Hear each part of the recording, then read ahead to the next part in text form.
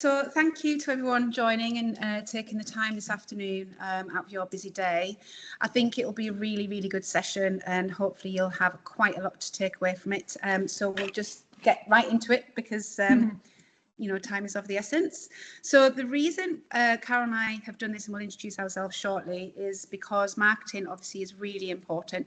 And with digital marketing, everyone kind of goes straight to that without doing the brand element and other parts of strategy. So we really think it's important for business of all sizes just to align on everything to make sure they're doing it in the right way.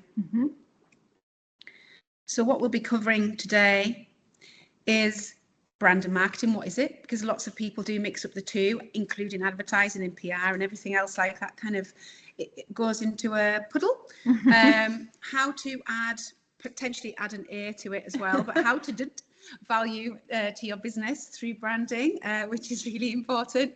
The curb cut effect, which is just a little bonus I've put in to this because it's really important. That's about accessibility within your brand. Then there will probably be a much needed coffee break. And then Carol will go into how brand and marketing works together, building that marketing strategy, and then just some key takeaway tips from there. We do have some workbooks to give you at the end of the session, so we can get those out in the next couple of days to use. So they're kind of interactive and they go through all the tips and how to build the strategy and kind of just lots of advice from us really on the branding side, the marketing, and how to build it better for building and growing your business. So we'll share all of those with you. Yeah, and as Paul said, it's been videoed, so it's great to write notes, but also because you've got the workbooks and the video that you can get and kind of watch at your leisure to the bits that might be more relevant, is to listen in and be actively listening and hopefully keep it as interactive as possible, because we've lived on Zoom quite a lot over the last 6 years. So it's really good. If you do have any questions, we're quite happy to look at the chat going throughout this workshop today, just to keep that interactive, and also if it's relevant to businesses as well, because we do try and use real-time businesses examples. But if you guys have got any questions or issues at the time that we're speaking, then please do raise your hand and we will check that. So as I said, raise your hand, or the chat hand, and we'll ask questions. So it is quite a lot. We will have a couple of breaks, but what we want to do is give you as much of the foundations as possible that you can then take away, watch the video and do the workbooks again over the next couple of months. And just it'll be a bit of a learning session for you to do. So we're not expecting you to, we're not doing a test at the end, but please bear in mind there is quite a lot for us to get through today. So we'll introduce ourselves. I am Vicky, not Cara. I'm Creative Director and co-owner of CreativeHutch, and I've been doing brand and brand strategy for over 2 decades now. And I really enjoy not just the design part of it, but making that strategic plan for businesses, because I think that's what gets forgotten about, and that's the thing that helps with the growth. And also a big passion of mine over the last couple of years is accessibility, because that just opens the door to a whole new realm of customers and clients. So that's my part. And then I'm Carol Wallace. I'm again co-owner of CreativeHutch and marketing director, so similar age, 25 years. I've been helping businesses of all different sizes and different sectors, industries, traveling the world doing this as well. So I'm kind of passionate. I just like, helping businesses, if they're small, medium or large, but just using turning creative ideas into proper strategy and just making it work for that business. You don't have to have huge budgets. You don't have to have huge teams. There's so much you can do with that right bit of planning and some good tactics. So yeah, I love nothing more than getting my teeth into that. So normally we've done quite a lot of workshops, not quite as big as this. We often have groups of 10, so we will do a round robin and introduce the companies, which we unfortunately can't do with the size today. But it gives us a bit of a gauge and understanding as to the level of knowledge people have. So there might be some things that we're talking through today that you will already know, or you'll have a basis understanding of it. So apologies if it feels like there's a bit of repetition there, but personally, I always think it's good to go back on things that you know anyway, because you might have forgotten it or you might learn something new. So, you know, there will probably be elements in here that you guys are already implementing or have heard about. So what is brand and what is marketing? We're just going to touch on this first. So we always like to try and make it a little bit fun when we're explaining what things are. So brand does come first, but actually what we're saying here is marketing is like asking someone on the date. Marketing is the thing that gets you noticed. Well, I was talking about Bumble, but I haven't been on an app for a long time. I was going to reference Bumble. I don't even know if Bumble exists.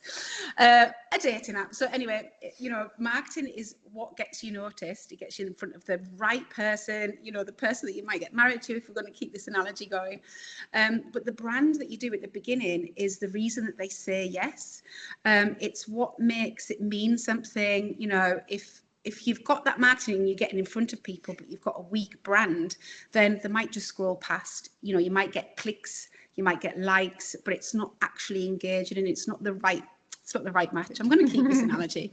But if your marketing is poor and you've got the best brand and the best personality, all of those type of things, but no one knows you're there or the right person isn't seeing you, then that's not working either. So you need both. You know, one creates that visibility, which is the marketing, and the other creates that value, which is the brand. And that's why we feel it's really important in this session just to take you through the process of both of them, you know, whether you know parts or not, because you can really see how they fit together like a lovely jigsaw.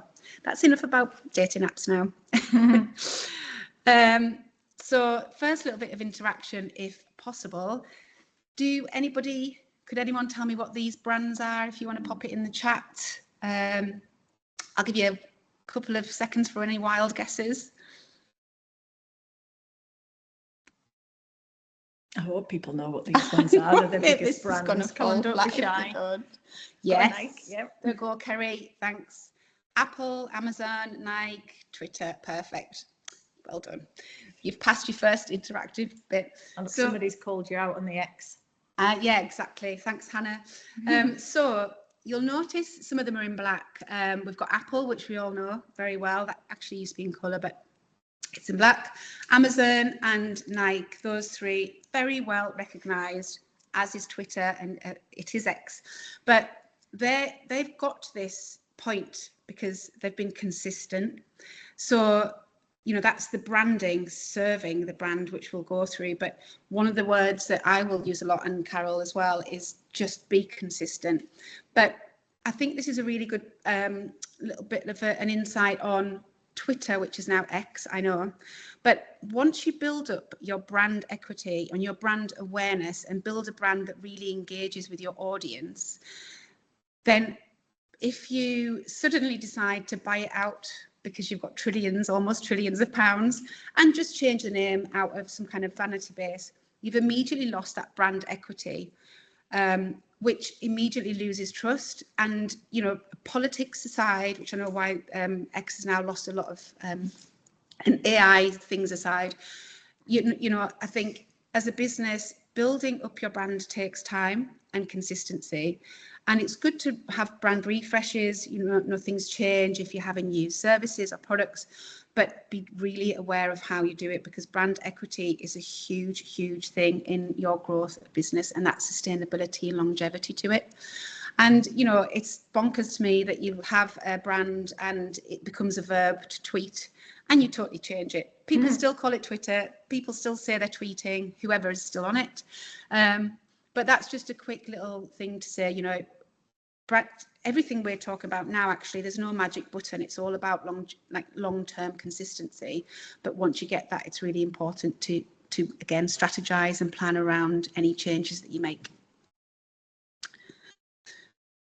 So this is just a quick introduction to the difference between brand and branding, because I think this is really important whilst we're going through brand.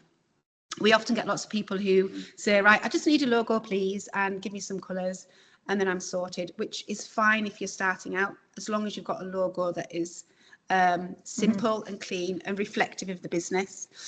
But this is your branding, which can be visual identity as well. So think of your branding as kind of that cattle prod that cows and sheep are all branded with. This is where the word branding has come from. So it's ownership of your business. So this is the tangible parts. So the logo, like the Nike tick, the colour palette that you have, the typeface, the imagery, the iconography, and even the tone of voice. These are the things that people see across all touch points. They're really, really important, and they're super important to be consistent with. But actually, this is the thing that will not stay afloat, hence the iceberg analogy, if we don't have your brand elements really honed down. So this is that emotional buying that people have, and that trust and that brand equity that builds, which is where I come in, and the things that we're going to talk about today, because this does also really feed into marketing. So that's your vision, your mission, your positioning, your values, your story, and your messaging. And if you don't have that properly, and if it's not right for your business, then you can't create trust, you don't create or build that value, and you kind of tend to just keep changing direction all the time, say like an iceberg would if it wasn't connected to the bottom. So this is, your brand strategy, and it feeds into everything we're going to talk about today. So it's quite good just to have a little top level part of that. It's all really important for you. This feeds right the way through your marketing as well, and everything that you do, and your messaging and the positioning, and what customers you're going to go for, and the channels that you choose. So it's really important, and it just threads. Hence the the workshop today of why they're not two separate entities where you do your brand and you forget about it. Everything, when you build a brand strategy for a client, we take that brand strategy that Vicky's developed and written into the document, and then we thread that through absolutely everything for every different channel, and we adapt it. And for all companies, we work with startups and like generational organizations around the globe, and it doesn't have to be War and Peace, and you don't have to have everything in there, but I'll just go through key things today. And if you have a brand strategy, hooray, that's amazing, but it's always good to look at it each year as well, just to make sure it's reflective of your business and your audience as well. So I always say, your brand strategy alongside your business plan, they should weave in and out of each other. But it's the blueprint for how you build and shape and share your brand. It can really help with decision making, which we'll go into shortly as well. It just gets rid of all of those questions. Should I bring in this product? Should I change audience? Should I change messaging? And it's really good internally as well for your team to understand the direction that the business is going in, so they really have agency over what they need to do day to day to help you achieve everything that's in your brand strategy. As it says there, without it, you're just guessing. And this is where I see businesses redesigning everything they do. They often then change colours or messaging or things like that because they don't have that core focus of the strategy and messaging. Okay, so now just going to look at what marketing is and what it isn't. So we see many businesses kind of just jump, and often fail because they're not doing that right. They're not built that strategy, and they're not doing the right things. So marketing definitely isn't just random posting. We just, people panic and they just go, we just need to post more. We need to post every day on every channel. That's not marketing, and it's certainly not having a strategy. Boosting a few points, posts, my absolute nemesis, when I hear, I've been doing paid advertising all the time, and then I look and they've just boosted a post for £40. It's not tactical, it's not strategic, and it's just a waste of money. But bear in mind, boosting is a swear word for Carol. Yes. If anyone says I've boosted it, I know, I have to take a deep breath. There's a time and a place for it. It does give a quick fix of a new audience, but it's not going to give you the results that you're looking for. It's certainly not, marketing isn't just having a new logo. I've got a brand, I've done my marketing, and and they present a new logo for me, and I think, well, no, we need to delve a bit deeper into kind of the foundations. Just copying competitors, they're doing there and they're really successful, so I'm going to copy that. There's certain elements of that you can think, right, well, they're doing well and it would work for my business, but you've got to kind of know what your goals are, and if those things that the competitors are doing work for you, then brilliant. You can adapt those and you can take those, but make sure it's unique for your business and your goals. Panic activity, we all do it. It gets to Friday, we haven't posted anything, and there's been no emails going out, no visibility, and you panic.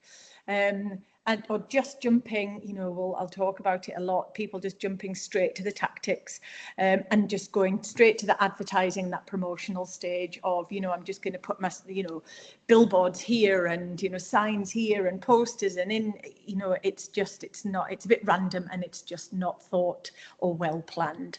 So in the end, it just becomes overwhelming. You can't keep up.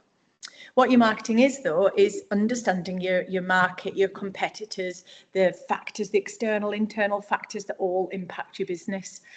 Looking and defining your value, what is it about your business? It's the why, it's the, the positioning, mission, vision, everything about it. Why do you get out of bed? And what is the value for your customers? Thinking about your clients, what is the outcome that you can help or the problem that you can solve? Again, positioning your business, communicating consistently. I think we should have had a little clicker of every time we mention shot every time we say consistent.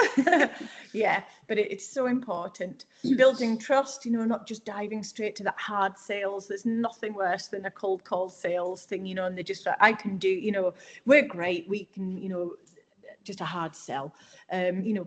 Customers and clients, they need warming up, they need nurturing, especially if they're going to become a loyal advocate for your business. There's a lot of steps and a lot of hoops you've got to go through to get that customer that's going to shout about you from the rooftops, tell everybody about you, and come back to you over and over again. So and generating the right types of leads. Everybody can get a lead, or you can get new customers, but are they the right ones, that's going to benefit you, and they're going to again turn into a loyal customer that comes back for you. So that was just a little bit of the marketing do's and don'ts, I think. So to summarize, brand is trust. So this is the dating app coming back a little bit again, and marketing is that visibility. So this is just a very simple graphic. If you've got trust and visibility, this is where the growth comes into your business. But again, as I say, I just always reiterate, we had a workshop in person the other day, and I think I said pretty much to everyone, it was one-to-ones, is although we do add magic in the work that we're doing, there isn't a magic button. A lot of this is that consistent element, but also time. So, again, with the Nike and the Apple, they have been going for decades, but even brands who have been going for 5 years, if they're consistent and they're doing all of this stuff, then this is where the growth and sales will come in. And it's really hard, especially if you're a smaller business. And we've got lots of different types of businesses here as well. If you're a smaller business and you see everyone posting all the time, you think, I've got to do that, they must be really successful. But that's often not the case. They're probably panic posting as well. So if you can just spend a little bit of time up front with all this work that we're doing to put a bit of strategy and time into your business, which is the hardest thing because you need to get paid, this is where the kind of sales and the loyalty and the business growth will come in. So it's just a caveat for this page to make sure that you give things time and don't keep changing things. So the adding value through branding, again, this is the thing that I find really important, because people will just often think branding is your logo and your colour palette, and that's it. And that's why often you don't get the big marketing teams. I'm working with a global marketing team at the moment that are literally worldwide, 500 million worth, and they've got 4 global marketing people in a team. Because the value isn't there.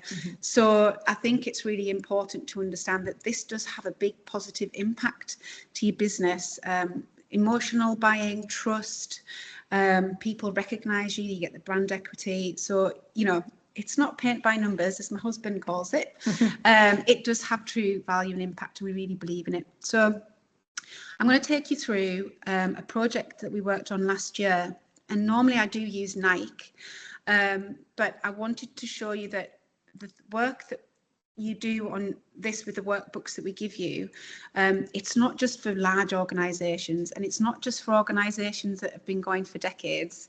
It's for any size business, and it really will help set you on the right path. And also what it'll do, it'll take out all of that stuff that's going on in your head. You'll write it down, your decisions will be easier, and then you can focus on other things in your business, which helps with the growth as well. So we worked with a business called Hamilton's. They're an outdoor, they're not a garden company, but they had garden products. They worked with trade and retailers with kind of really beautiful garden slabs and furniture. They did a lot of garden building, but it was very much for the trade. And they came with a couple had bought it. One was a garden builder, and the other one was a garden architect, landscape designer, and they wanted to bring their work together to build the Hamiltons into something that was for clients and for retail and was a community. So they've got really big ambitions for it. So this is what we use, and this is the only thing that you guys really need no, we're back. Sorry. That you guys need to know, regardless of your size as a business. So you've got your brand purpose. Sorry, my mouse. Which is what we're going through later, which is the why your business exists aside from profit. The vision, which is that long-term vision for your business. If your business is successful, what do you see the community being like? And your values, which to me are absolutely key. So we will be spending time on that. The brand positioning kind of crosses over between brand and marketing. So looking at who your audience is really important, because then you understand how you speak to them, what kind of colours they like, you know, what's their challenges. That market research, which Carol will come through. And your brand goals. So you've got business goals and brand goals, and they should align, but it's important to have both. The brand persona we won't touch upon today, but I just wanted to speak to it. Again, it'll be in one of the workbooks that we send over to you. Once you know everything, brand personality is key, and people always think, again, that's a little bit of fluff.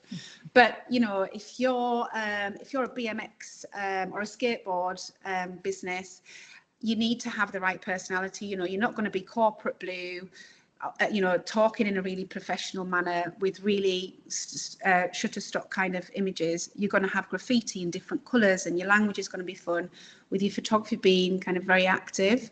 So that's the personality, and that means it's talking to the audience, regardless of whether you like skateboards, but you sell them, you know, you're talking to your audience. So this, and I can send you a snapshot of this, is really important just for you to jot down. Well, somebody's asking if we can see the screen larger. That's as large as I can get it. It's full screen.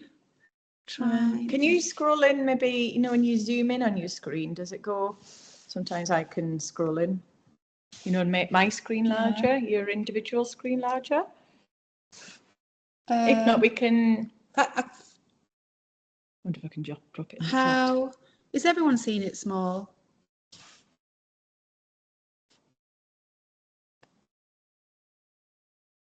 There's some new messaging. Control key and scroll. Yeah. Sometimes you can make it bigger on you. Is that right, Kerry? I think some people have given you some options. Is that? Can you see it now, Kerry? Oh, there we go. Okay. Yeah. So, and your brand voice as well. Again, how you'll have the same. You might have actually, if you're a hotel, you've got quite a lot of different demographics and different age groups. But if you have the one core message, then you know how to speak to them in their language as well. So that's really important. I think we'll share that slide with you afterwards. Everyone, just they're saying it's difficult to read. It must be. So these little bits I will send to you. It's more the bigger areas, because I've screen grabbed this off something I call the Miro board. And again, all these little tools that we use, we'll send in links so you can see it. But a Miro board is just like a big online whiteboard that we use, and this is the framework that I have. So we'll send you everything. That's fine. Okay, so you've got business goals. You want to achieve lots of different things, grow your business, have more staff, those type of things. But it's really important to have brand goals, because it's a really important factor to build that really good brand that engages the right audience.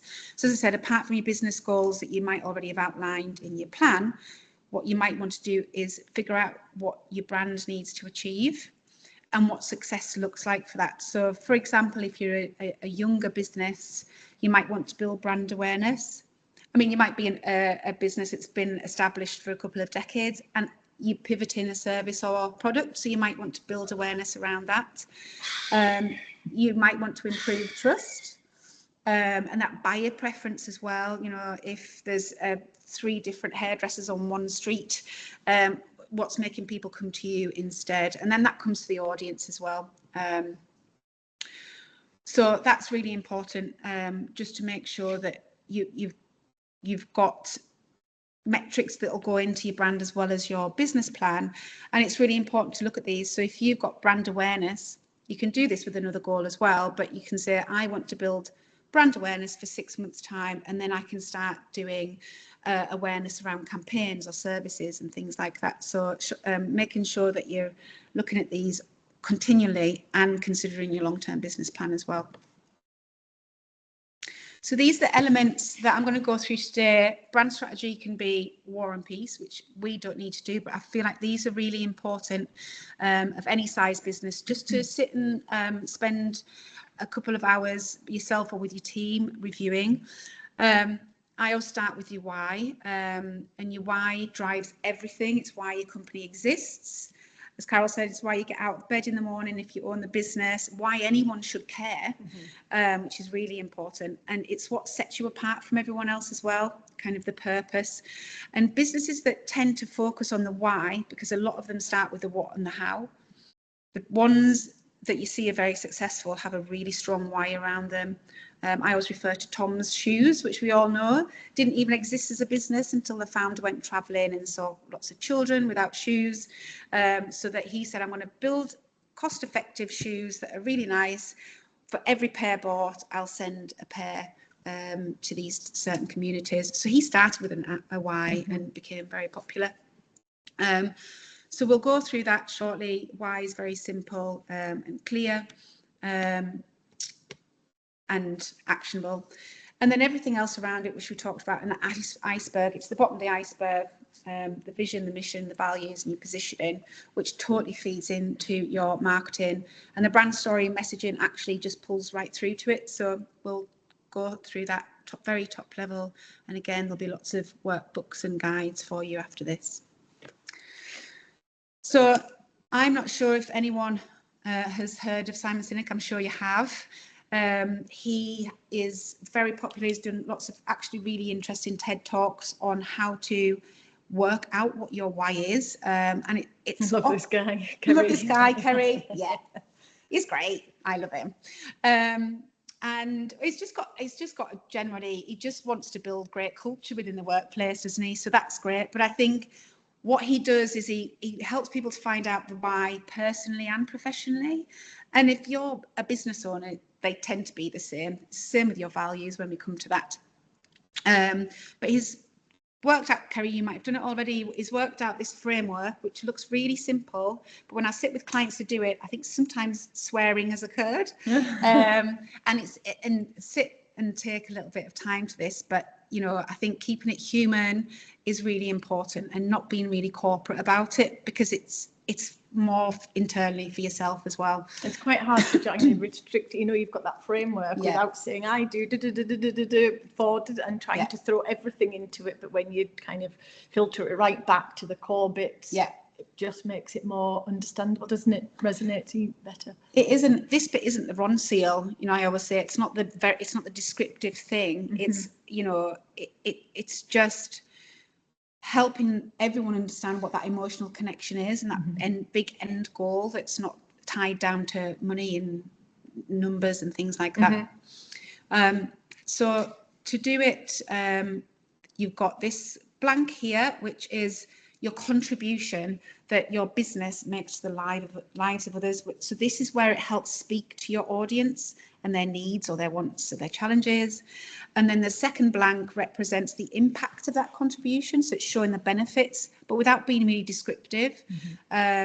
So it just really helps to have this in your mind. And as an example, I'll show you our why, which took a little while.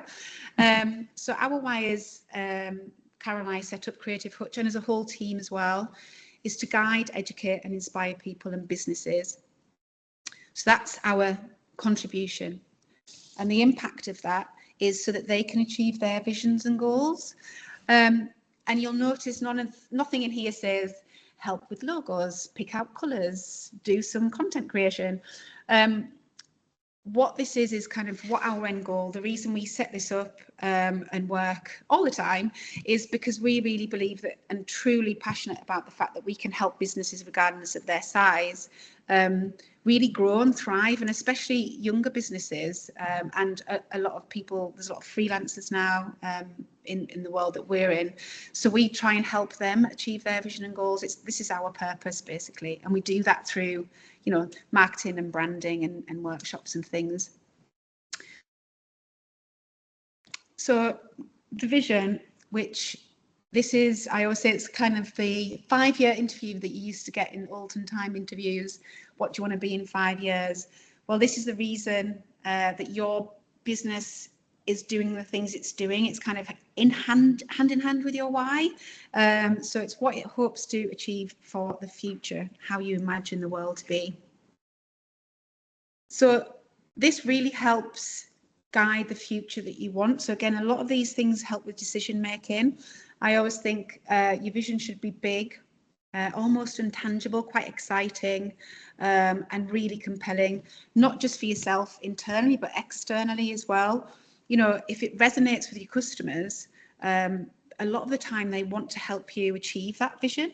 So that's where the loyalty and the excitement and the engagement comes in as well. But for me, working with a lot of teams as well, I think this really helps inspire teams. If you've got a team, they understand what you're trying to achieve as a business, and that they think, well, actually, it's not just trying to line our pockets or something like that. It's something that gives them themselves a little bit of purpose, and they become really proud of working for you. So understanding vision can be really important, but as long as it's true and reflective of your business, if it's from a competitor because of what they've done, then people see through that and it doesn't sit right, and then your brand and all marketing campaigns and things like that can be inconsistent. So going back to Hamilton's, we're going to just use this throughout. Their vision, after we've done the workshops, is to lead the way in outdoor living by inspiring collaboration, providing expertise and guidance, and creating spaces that reflect personal vision, sustainable values, and timeless beauty. So they're starting to bring everything together here. This is a vision that's very much internal, and they've got it in a handbook for everyone who comes in to understand who they're about. They're starting to use the language they're using externally, and it's quite inspirational. They're not really talking about the products that they sell, or the fact that they can come and create a garden, indoor, outdoor space. It's just something more aspirational here. So then that mission, which we're going through all of these quite quickly, is your brand goals, objectives, and approach. This is your day-to-day element. So if you understand your purpose, then what you can do is look at the goals. So if we're thinking of that goal pyramid, what goals do you need to do to be able to achieve that purpose, and what are those actions for the goals? So it's everything that you do day to day. And what happens when you have this is, if you have a team, they understand and have more agency around their role because they know what they need to do. They know your purpose, and they know that the goals that they need to achieve to help you do that. So again, it just is quite inspiring internally and makes people more productive as well. So Hamilton's was to provide expertly curated products, innovative design, and tailoring landscapes services, while nurturing space for collaboration. So that talks to all of their audience. You've got your B2B, your B2C, and then people within the same industry and the same knowledge trying to grow their businesses. So they have a team, and if a salesperson came in with a new barbecue, they sell very nice barbecues, but it wasn't well made, it wasn't high quality, it wasn't doing everything that Hamilton's would want them to do, then these guys would just not use that product. So it helps with decision making. I hope that makes sense when I'm talking about barbecues. So your vision is that someday, and the mission is every day. And I think it needs to be, I know authentic was the word for last year, but once you understand what your purpose is, you can understand your vision and your mission, and it's true to you. it might be the same as your peers and your competitors, but people will understand that what your business is doing and what it's for, and then you get that brand trust. And this is the bit that you understand of why they care, because they know what you stand for. Values. 64%, and this was in 2019, so it's probably gone up quite a lot, of consumers state that shared values are the primary factor behind their relationship with a brand.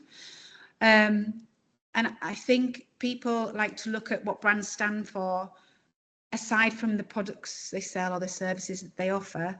And it doesn't have to be world peace, but I think if they've got the similar values, they tend to, you know, if you've again gone 3 lots of hairdressers and, you know, your marketing and you've got the same tone of voice and energy and ethos as someone walking down the street and they've seen your messaging, they'll come towards you because they'll have that emotional connection. And also values really help get great team members.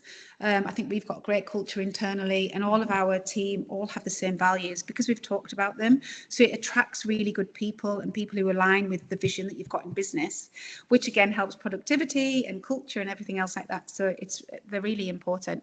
And a lot of people, you know, on the marketing now, you see them, you know, on the websites, on socials, in their bios, people are actually communicating them, you know, as a business, because you want to reflect those and you want to kind of attract you know, the same clients. So again, it feeds right through to, you know, it's great to share them. I think, you know, don't be scared to show your values across all your socials or your channels and stuff to attract the right people to your company.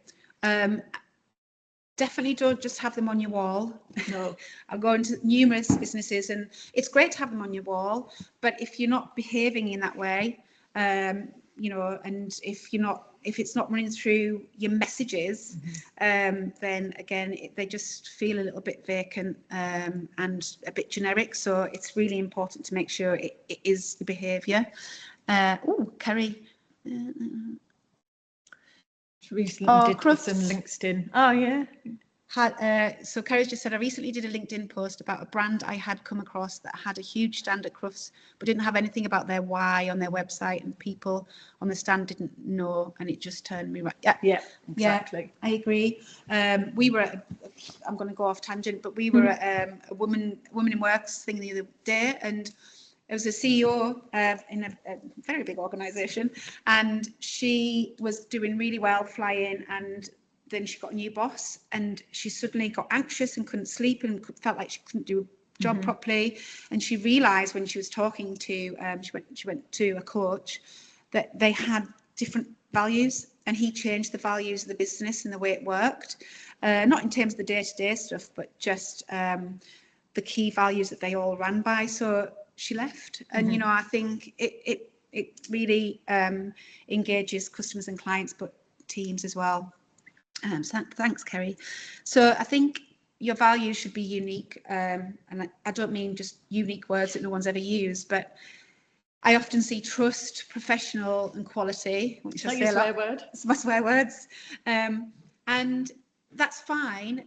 You know, I think if they're verbs or they're actions and you showcase that, I think, you know, as a business you should be professional, unless you're a skateboard company and you want to be cool. That's immediately sounded uncool when I said that.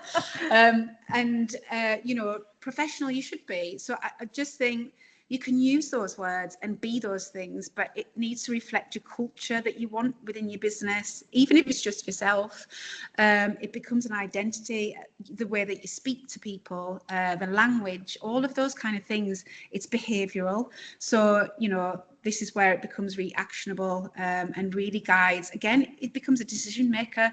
If you're selling, well, if you're jewellery and you're selling diamonds, it's a bit old school, but you wouldn't go for specific diamonds mined from Africa in certain places if you're really looking at that supply chain. So your values should be really meaningful, and meaningful to your business, but really resonate with your clients and customers as well. And they need to know it's almost something you're willing to fight for, not kind of punching, but something that you really stand by. So if you suddenly find a supplier doesn't quite sit with your values, you would then maybe look for a different supplier. So you need to show it in behaviours, and again through with your team as well.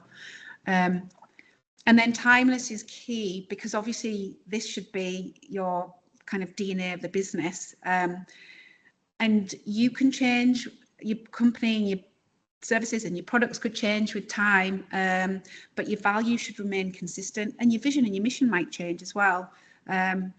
But the only reasons they should change is if you're seeing some kind of backlash from some existing word or code of ethics that you've said. You know, for example, if you say you're sustainable and someone in your supply chain is not sustainable, or again they've gone for blood diamonds or something, then you need to make sure you quickly put that out as a message and change it, or you'll have to change your values, because as soon as trust is gone, that's it. It takes too long to try and get it back from clients and even your team members. Just quickly going through these from Hamilton. We work with them quite a lot on their values, and we've made them into sentences and actionable: collaborative community, purposeful integrity, innovative craftsmanship, longevity, inspiration. These were all the things, if you can remember from the mission and vision that we wrote with them, it pulls through. They're consistent, they're saying the same things throughout the messaging, so they're not just static words on a wall. So it's really important to really think through your values. If you do anything today, do that. So your positioning, this is all about that kind of perception in your customers and clients' eyes, about who you are, you know, and it's really important. This is where your research comes in, that Carol will chat about after the break, but just finding out what it is that your customers want. This is again where people start with the what have they got. So they're like, oh, I've got this product I want to sell, and then just go straight to marketing, but they haven't figured out if their clients want it. You know, does it solve their problem, and can they deliver it? All of these kind of things, and what they're comparing it to. So research is really important when you want to start positioning your business. Often I say, can you genuinely deliver it part? Sorry, my dog. He drinks water and he chokes. Sorry. You know, again, you have people who say, well, we want to be high-end luxury business, but often they can't deliver that, you know, be it a product that's been made cheaply or falls to bits, or if it's a high-end hotel that's charging high-end prices, but the experience is not that at all, from looking on the website, picking up the phone, walking through the door, the smell, all of that type of thing. If you say that if you position yourself as something, you really need to stick to it and make sure you're delivering it at all touch points. And then the how it's different, so what they're comparing you to, what you're standing out from, that's again, we'll come to you later with Carol, but that will really set you apart, and then you need to stick to it. It's really important. So I'm just going to see if everyone's still awake. We are just going to have a little bit of a chat thing here. If people can put in, which do you think is the most expensive beans? We like a bean, so we thought everyone likes a bean. And everyone's got a preference on a bean as well. We've got D, we've got Heinz. Beans means Heinz. See, we've got a Branson. Oh, Hurley and Hannah. Yeah. Oh, Rufus has said Branson. Interesting. So it's strange that no one's put Asda Smart Price. Thanks, guys. So yeah, normally we do get a C or a D. 90% of people often say D. So the reason I put this up, it's just a bit of fun, is it just shows positioning really, really quickly. If you position yourself, there's different ways of doing it. So if you're going to be on the, let's go with A and B, this is easier. A and B. We all immediately knew these were budget versions. These Asda beans might be exactly the same factory made beans as Heinz, or you get that with lots of products. They're just packaged differently. The messaging is different, the colour, the photography, everything. This gives you just such a snapshot of how you can have the same product, but you say something slightly different to talk to a different audience. So these guys are going for people who just need to be a little bit more careful about their budget. They walk to the shelves and those people will immediately pick these. And they might have the same profit margin of these guys, but they're talking to a specific audience. It is actually C, they're the most expensive. I've never had them, but I think whoever has had them before, I think they're supposed to be spicy, and I also think they're supposed to be targeted towards men. It's a bit stereotypical, but they've got the black and the yellow and they're quite loud, but they are more expensive, so they're going for a specific audience there as well. What Heinz does is it goes for the nostalgia. We all know Heinz means beans. We all know if this was blacked out, it would still be Heinz beans. And I just automatically go for them because I know what they taste like. I've had them. I've got that brand loyalty to it, but they're not the most expensive. So it's just a quick exercise to show you that colour, messaging, everything can make a big 7-second kind of impact on positioning, but also the fact that you can be the same product. So that I'm not going to read this, but this goes into your brand personality. So once you position yourself, oh, Kerry says someone posted about this, about packaging. It was simple ingredient. Kerry, do you like dogs? I'll get Hercules onto it. Dog packaging, single ingredient, so no different, but people, the Marks and Spencers did that as well, didn't they? Marks and Spencers have recently done the 3 ingredient packaging, and it's flown off the shelves. It's no different, it's just the way that they're packaged. So it just really does make a difference with what you say and how you look. But then it feeds into your personality. Again, that's what we're saying, the colour, the look, what you say, the words that you use, everything. And as you can tell, we were talking about Hamilton's, but it's now called Freeloo.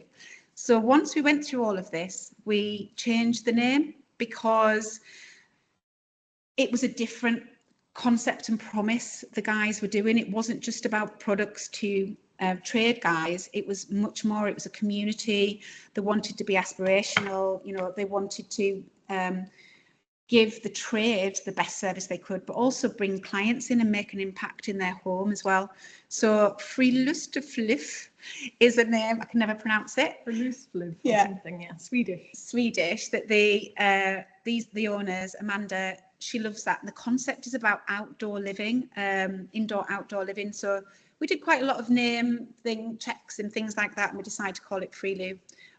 So it has impact like that when you do brand strategy as well. And then that feeds into your brand story, and it's really important because this will go straight into your marketing. What's the spark? Who founded it? What are the key moments? And what's your ambition? Because people like to go along with you. You know, once people are invested in your brand and your business, they really like to either feel a part of it or say, oh, well, I helped or I can help. And that's when they become your brand ambassadors. And again, we did that with Freeloo. I'm not going to read through it, but you can see that they're starting to use collaboration, innovation, craftsmanship, engineering, community, and they say this across everything that they do and start using the same language. Or is it too late to backtrack on the story? Terry, sorry, do you want me to go back? Have you got a question? And I can go back. Oh, do you mean is it too late for you to backtrack? Yeah. Sorry. Once you've started. No, that's fine. I think as I was saying, if you've got stuff already, that's great. It's great foundations. I think what you do, and hopefully my workbook will help, is you just need to look at the purpose and your values, and then it's not that you have to rechange it or redo anything. And I always say that about brand as well. It might just be small tweaks that you make, and then you can be consistent about that. So no, you're fine. Hope that helps, and I can talk to that further. So then this comes through to messaging. Once you've got all of that, and this is where you're going to communicate your value, consistently, and in a way that your audience will actually care about. Is it worth reposting stuff like this, or is it a continuing journey? Both. I think you should always repost it, and it is, apart from values, your brand story will always evolve, and people like to see that. They like to see the growth. Where you're going is always really good because it helps people understand what they're helping you to achieve as well. And you can slice that up, you know, if you've got your story, there's so many different ways that you can use that and put it into content. It could be, you know, carousel, it could be infographics, it could be a lovely blog post, it could be an article. So a video, video would be amazing if you were in your environment and space and you were talking. People resonate and engage with that. It'd be really compelling. Any bother? So again, the message is communicating the brand promise. You know, once you've got your story and your position and your values, you can pull that through consistently. And I do say it a lot, but it doesn't need to be boring or samey. It just means it's coherent, and people might see it on a poster or a billboard or your social content or your website. And if it isn't consistent in colour and message, they won't start being able to build that recognition and that brand equity, so they can then trust what you're saying. So that's why it's really consistent, even in the tone of voice. So be really relevant, and hopefully you will, you know, once you've got everything that we've talked through, it will really already resonate with the needs and wants and desires of your audience. That whole thing that we've talked through before, don't overpromise, make sure you can deliver, because if you can't deliver and you're overpromising, then it just leads to bad ends, really. So, you know, people are very quick to badmouth everybody on socials and Google, so just be really careful there.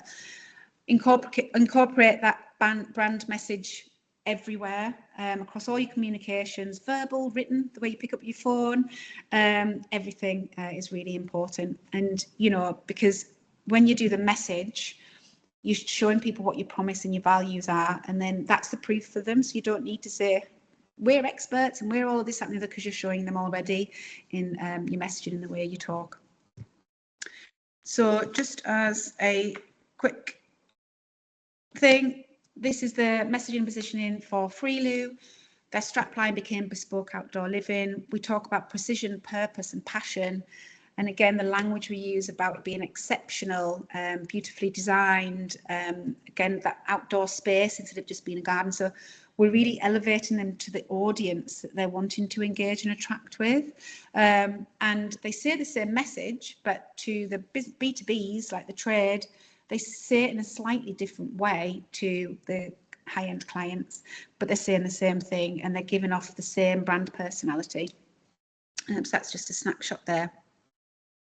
86% of consumers say authenticity is a key factor when deciding on brands they'd like to support. So if you do all of that, and you can look at competitors both for what they're doing well and not doing well, so it's good to do it that way as well. But once you understand what your values are, everything will be true to you guys anyway. It'll just help create trust, and people are really savvy now, so it's great to just try and be as authentic as you can. So now you've done all of that, the underneath of the iceberg, you can start doing the fun stuff, which is looking at your branding, your colours and your logos and tone. And, you know, as Terry was asking before about the story, you can look at your brand and like your branding and think, well, actually, does it reflect any of that? If I have to change it, it doesn't need to be, you know, starting again.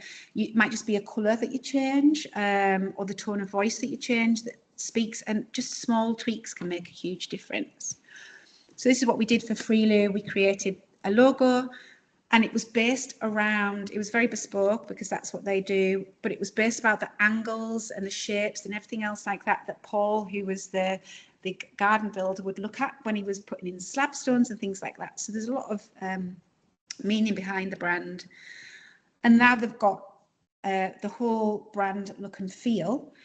But as you can see, when I'm saying being consistent, you can still be consistent. But if you've got consistent colours, you can look and feel and have fun with how you have your branding on socials and how you're doing your merchandise, if you've got that, or your business cards or anything, or your signage. But anyone looks at blue, green and yellow and they know them, they will immediately know that that's Prelude. We've got a bean lover. Adrian. He's loving Branson's beans. I'll have to try them. I could talk about them a lot. Oh, I've had them before. Yeah, they're a distinctive taste. I think it's kind of like mine. You either love them or hate them, but you can definitely tell they're a Branston. Wow, that's some interesting stuff there, Adrian, on a bean. They'll also have been around for the longest time. That's it. As soon as you see a Heinz bean, it's just that trust, isn't it? I know what it tastes like, and I know it's going to taste right. It's not going to be a cheap bean. Yeah, exactly. Thanks, Kerry. Yeah, the colours we chose because they were quite earthy, but still warm and not dark. They just had depth to them. So such a beautiful brand. Yeah, it really is, isn't it? That they love. So it's good to work on that one. Yeah, it's lovely to work on. So that's that. I'm only going to talk for a couple of more minutes, I promise, and then we can have a little bit of a break, because I know I've talked at you for ages. And this wasn't kind of in the schedule, but I think it's really important, and I would feel remiss if I didn't chat to you guys about it, because I'm really passionate. So if you're looking to, again, it doesn't matter if you're starting up, your young business, or you're old. I think it's really important, especially with the laws that came in for online websites and PDFs and things to be accessible. You can look at your branding, make small tweaks again to be accessible, inclusive to everyone. And the reason why, I'll tell you, but the reason I think it's really exciting, and I call it the curb cut effect, is if you design to be inclusive and accessible, regardless of the law or ethics and things like that, you open up your service or product, or whatever it is that you're designing, like this curb here, to a whole new audience, and not just those that need it, but then people who don't use it as well. So for example, this is the very first curb cut ramp in a pavement, and it's in America. It was after the war, and all these veterans that came back to this town were struggling because of a lot of them were in wheelchairs. So one of the town planners or architects, I forget his name, he built this one curb cut. He cut the curb to build this ramp, and over time people were starting to see that, obviously you see this lady using it, delivery men were using it, women with pushchairs, people on bikes. So many people started just going to that one part of the pavement, so they put it right round this city, and then it went everywhere because people were finding it easier to use, and even ducks. So I just think if you're designing for kind of the edges, those that have disabilities of all kinds or challenges, it widens the impact of your business. So just a couple of stats, we like that. There's 16 million people registered disabled in the UK, and that's not including the ones, all the other challenges that people have that I'm about to talk through. But that's 274 billion in the economy that you can miss. So if your website's not accessible, people leave it. If they can't get through your door, or there isn't an accessible toilet if you've got a physical space, they won't, they'll leave. There's so many things that we can do. You don't need a new website to just tweak things. Could be language, colour, which I'll go through, that can make an impact on opening the doors to other customers and clients for you. So when we say disabled, everyone always thinks someone in a wheelchair, physically disabled, or registered blind or deaf, but actually it means so many different things. So this is where I think just small tweaks will help your business. So colour vision deficiency, so that means colourblind quite a lot of the time, and there's some high numbers which I'll share with you in a minute. But it's not just the old adage of men can't see red and green. You have people who often see in just all greens or browns, or they might not be able to see two certain colours. So if you had this black on blue, someone might not see the black, and they'll just see the blue. So if you've got content on there, it'll just look like a flat image, a flat colour, so they might miss some important content. Then you've got vision impairment, so that's people registered blind, or those who perhaps can't see as well and they use readers. This is where the laws came in last year.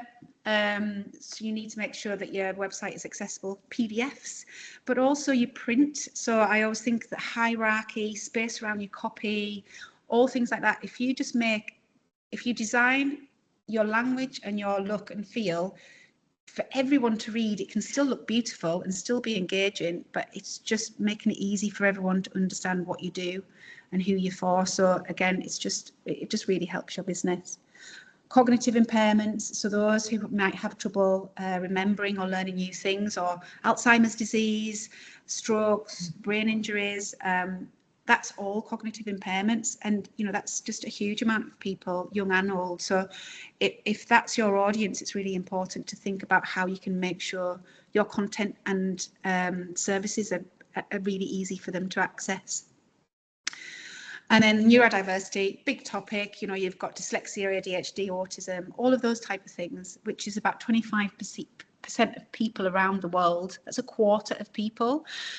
And again, it's just little things like colours that you can use, the language, all of those type of things that don't change your business brand, but will make sure it's easy for people to read. Yep, we've got a question. Is white text on coloured background just as hard to see, or is it better? Good question, Francis, and I'm going to come to that. So it's often better to not have colour on colour. White can be on a colour background. It depends what the background is. For example, if we had this blue, and I'll speak to it in a second, white on this blue will be easy to read. White on this yellow, you wouldn't be able to read it, and it wouldn't be accessible. But there's tools. I'm going to come to that tool now for you, and then you can see if it's accessible, because we might be able to see it, but someone else can't. So you need to make sure you do those tests. So just a quick stats again, we're like 350 million of colour vision deficient, that colour blindness, that's 5 times of the UK. So that's 1 in 12 men. So men do have more issues and challenges around noticing different colours.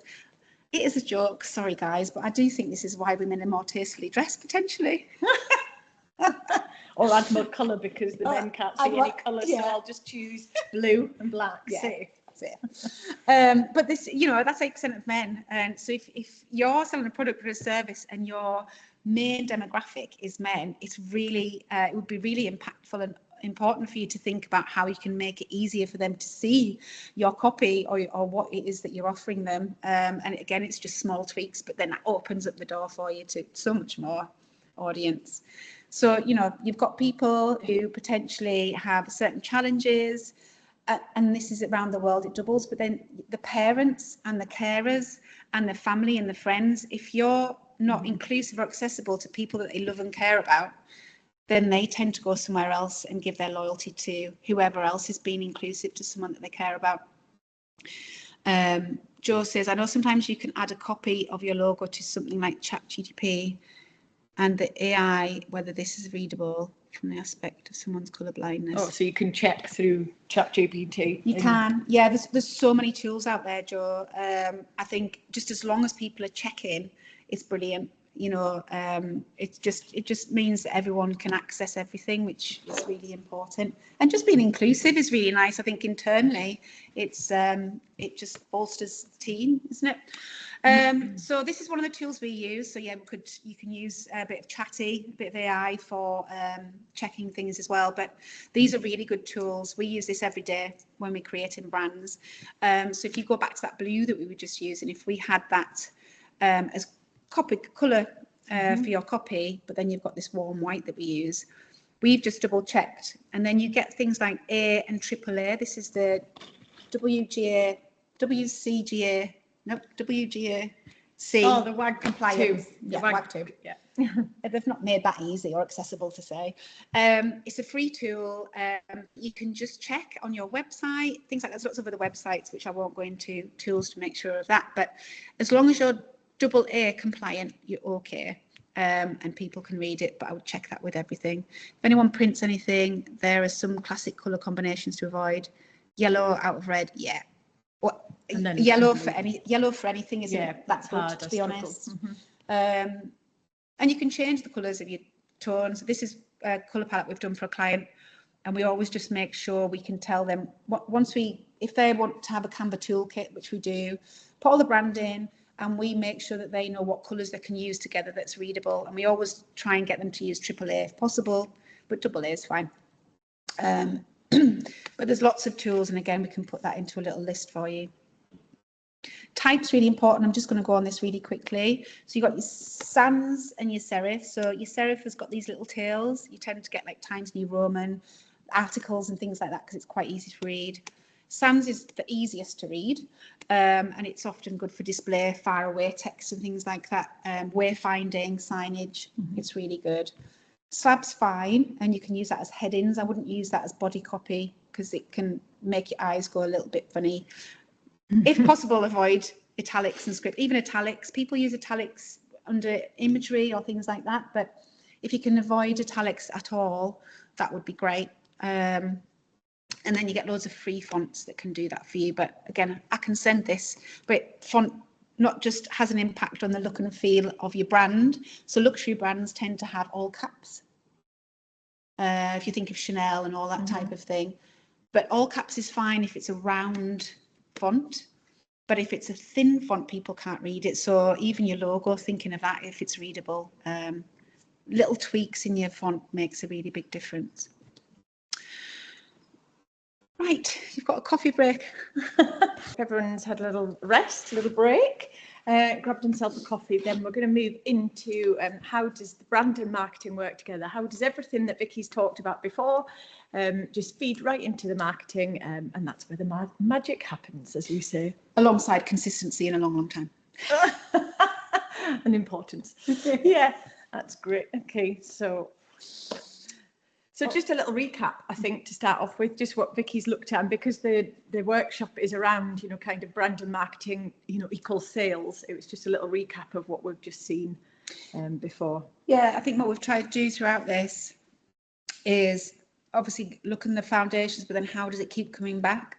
And again, when I say sales, I'm talking about the growth and everything that we do. At the beginning of the workshop, we've just talked about, again, on everything else, and marketing works best, which Carol will talk to, when everything's built on each other. So it's just looking at that, once we've gone through everything that we've just gone through, that gives you clarity. It's that decision making again. So as long as you know who you are, who you're for, and why should your customers choose you, that differentiation, then that really helps marketing to understand, and then they can create that visibility, which Carol and the team works on. It'll communicate that message to the right people through the content and socials and all of that type of stuff. So just making sure that once brand and marketing work together, so this is the stuff that we're about to go through now, when everything's clear and consistent, you do attract the right audience. So you might just get 4 likes instead of 104 likes, but those 4 people are people that will come to you, become your ambassadors, and then it grows, as opposed to 100 people who might just be your friend or think your content's funny. So it's building on all of that and helping people to understand your value. And that's how trust builds faster. And the result of that is that more visibility, more queries, booking sales, whatever it is that you need within your business. And more importantly, building that loyal customer and referrals, because referrals, old school, but for any business is usually kind of 100% the goal that we want. And all the stuff we're doing is kind of building up to that as well. Well, it's the easiest people to market to, people that already know about you. So, having those that return and over again, it's the cheapest way to market because you've already sold to them. So yeah, it's the easiest and quickest way. It's that low-hanging fruit, as we say. So let's just look at some marketing fails, marketing mistakes. We've all done them. Every business does and continues to. That's how you grow and how you move on. But yeah, it's no shade. There's no shade on that. No, I mean, but just, drop it, be honest, how many people are guilty of doing a few of these. I'm sure we are as well. I mentioned before, it's jumping straight into the tactics. Everybody's desperate to get onto social media because, it's fun. Well, it's not fun. It can be fun, but it's, it's that instant visibility, isn't it? And that instant metrics. Oh, they love to post, they liked, I've got to share. So it's that vanity, isn't it? It gives you a buzz. So just jumping into tactics without any strategy. trying to be everywhere. You know, everybody's on TikTok now. It was Pinterest. It was, you know, Snapchat. It's this. There's always something new going on. It's now Substack, you know, that I'm on, and I'm kind of, oh, this is amazing. We need to be on this, and you have to just stop yourself, because you think, well, no, I need to be. The only place I need to be is where my clients are, or my customers. Where are they? Look at their persona, you know, their interests, their buying behaviour, and then you just focus on those channels. So that'll be my theme. Just start small and be focused. Can I also be old school? And I know Carol will talk to it about it as well, but don't forget the old printed off channel. Oh, yes, a few channels. I mean, digital is your thing as well, but, you know, all of this goes alongside just being physical and going out and talking to people, but, you know, posters, all sorts of things work. So it's not just channels, it's where else will they, what cafes do they go into, what hotels, where will they sit that will see a leaflet or a card. Lots of that means channels as well. Yeah, I've lost the mouse. Not talking about yourselves. It's great. You need to do that, because you need to say that you're an expert and you're passionate about X, Y, and Z and what you do, and you've got 10 years experience, and you need to talk. But just focusing on you before the customer, I think that's where people fail. You know, they're shouting about them, but the customers actually, you know, if they discover you, they're actually just thinking, you know, what's in it for me? How can your product or solution help me? You know, I've got the pain point, I've got the challenges, what are you bringing to the table to help find that solution? So that's kind of, you know, what the outcome is, what the people your audience is looking for. Not measuring the right, inconsistent marketing first. So this is, you know, we've all done it. You know, you kind of, oh, I've not done any posts this week, so you jump on social media and, oh, there's no emails gone out this week, so then you're all focused on emails, and then it might be, oh, we need to write a blog, and then we've got to this event, and, you know, we must get something out in the post, and it just becomes a bit overwhelming and a bit, you know, you become really busy doing the things that don't matter. So it's about that consistency, to just keep, you know, focused on one or two things that you can do and do well, and then just do them over and over again. And then that way you can see what's working and what's not. Kerry's mentioned that she's in a pickle. Oh, a pickle on Facebook. That's another swear word. Oh, suspended. I have had 3 of these this month. It's a nightmare, and honestly, you have to go through absolute hoops. It's worse than, you know, to get into MI5. It is just impossible.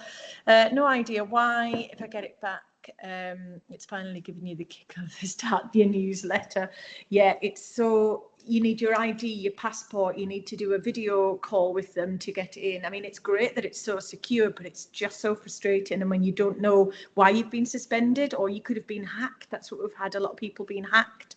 It's not just you, honestly. We're trying passwords and all sorts. So yeah, there's sometimes you've just got to start a new channel, which is so frustrating when you've got loads and loads of followers, or you've built that trust and then you've got to start from scratch. But you've got the other channels, like you mentioned. You can, I would do a couple of channels in tangent. Remember when Meta went down and it was just like the world ended, didn't it? You know, and we were like, oh my God, well, everybody flocked to newsletters, didn't we? And all of the time you were just seeing newsletters coming through, because it's your best channel. It's a channel that you own. So we'll speak about that as well. So yeah, don't put all your eggs in one basket and just kind of rely on that digital, because if somebody pulls the plug, we're all down. Inconsistent marketing. Measuring, I mean, everybody loves that vanity, don't they? Oh, I've got 100 likes, I've got 1,000 followers, or, you know, they've shared, and it's that. But what matters to your business is based on what goals you're going for. You know, what are you aiming for? Is it awareness? Is it that visibility? Do you need more sales, more bookings, more leads, more stays in your hotel? You know, what is it? And then just focus on those, and then think, well, what matters to the business is that I achieve those goals, and just focus on those. Yeah, the social media thing's great and everything, but unless it's bringing in those tangible leads and sales and bookings, then, you know, it's just vanity. It's just nice to have. So don't spiral with a focus on those. You know, I think everybody needs to learn not to worry too much about those. So building a marketing strategy, we know that the mistakes that we're making or can make, and there'll be thousands of other ones, but to help you, like, to stop and avoid making some of those mistakes over and over again, is just having that strategy in place. And strategy sounds like such a big word. Sometimes we just call it a marketing plan, or just a plan.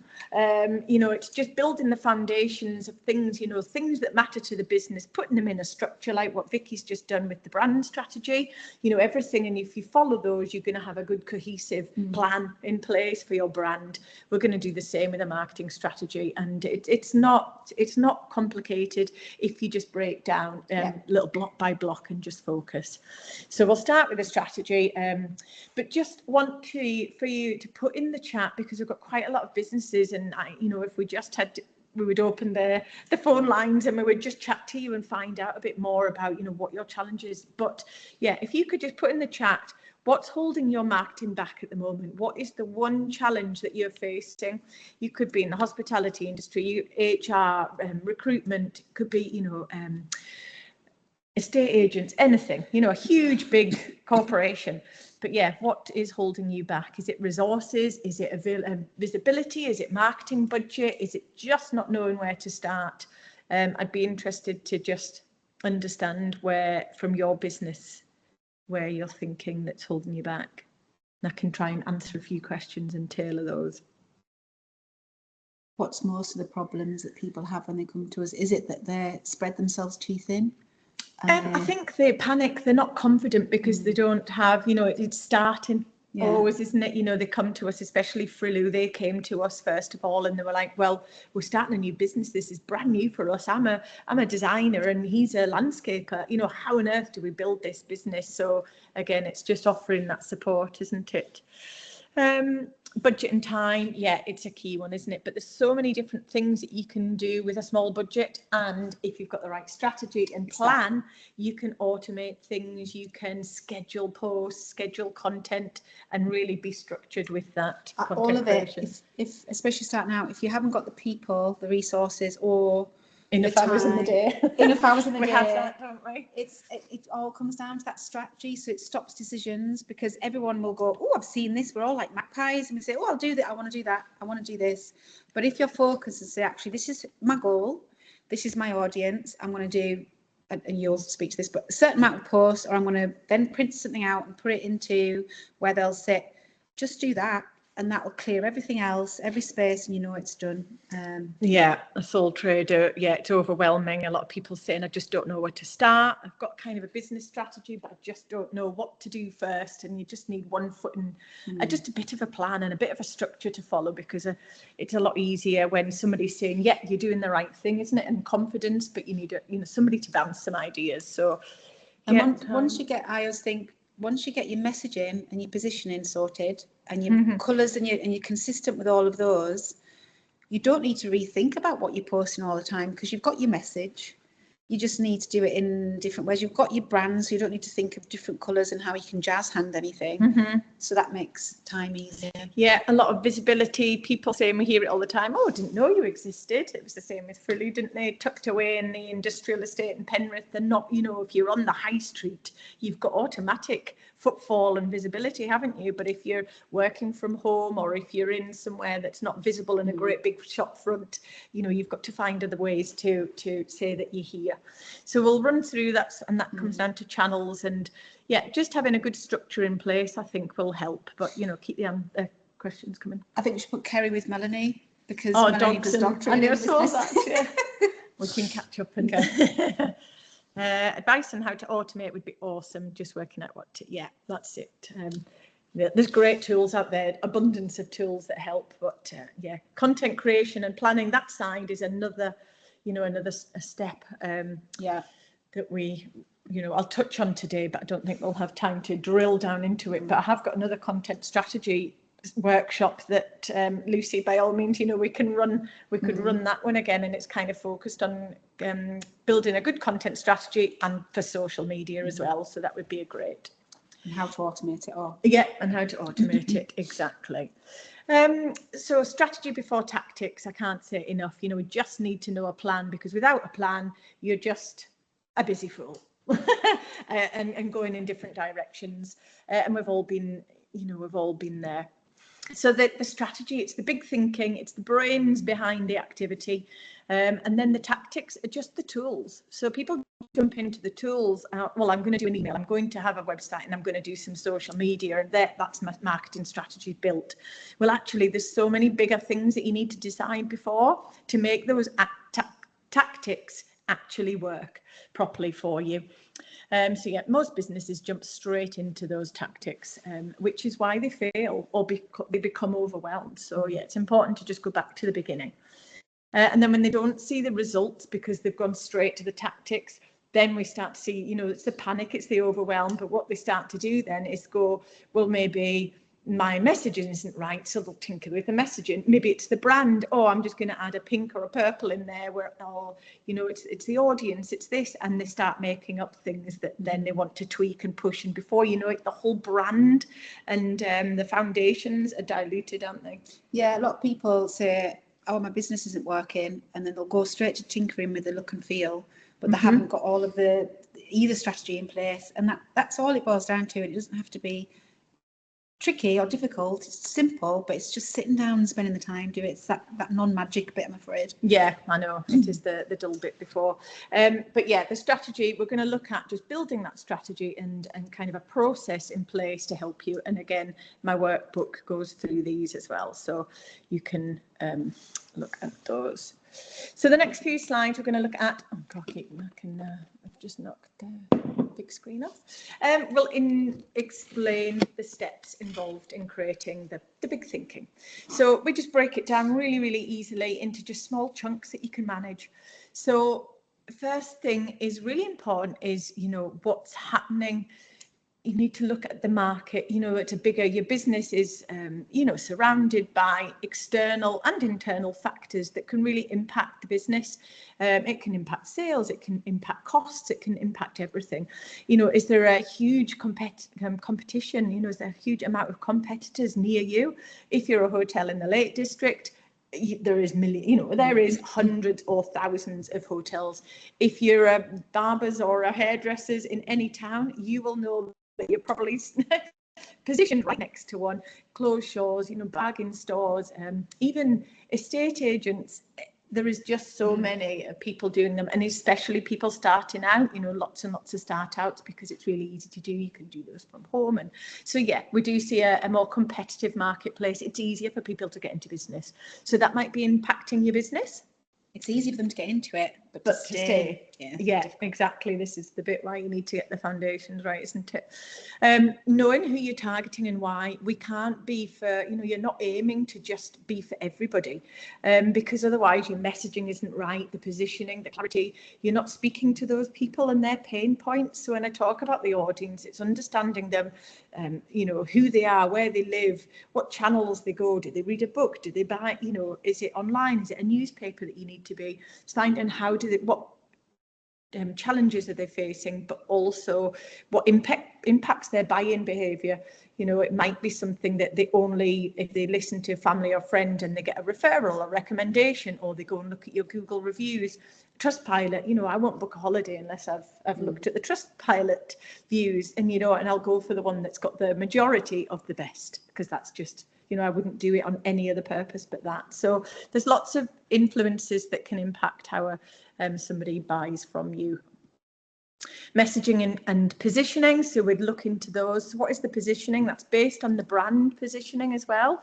So where Vicky's talked about that positioning in the marketplace and the perception, we'll drill down a little bit more and look at kind of how you differentiate yourself. So what makes you a little bit different that then you can carve into that messaging to make you stand out a little bit in that competitive market. Objective setting, again, most people ignore this bit as well. Yes. It's quite dull, isn't it? I just want more visitors to my website, done. And then, but there's a lot of things that we need to drill in. So we'll have a little look at proper, creating or defining SMART objectives is what the acronym is.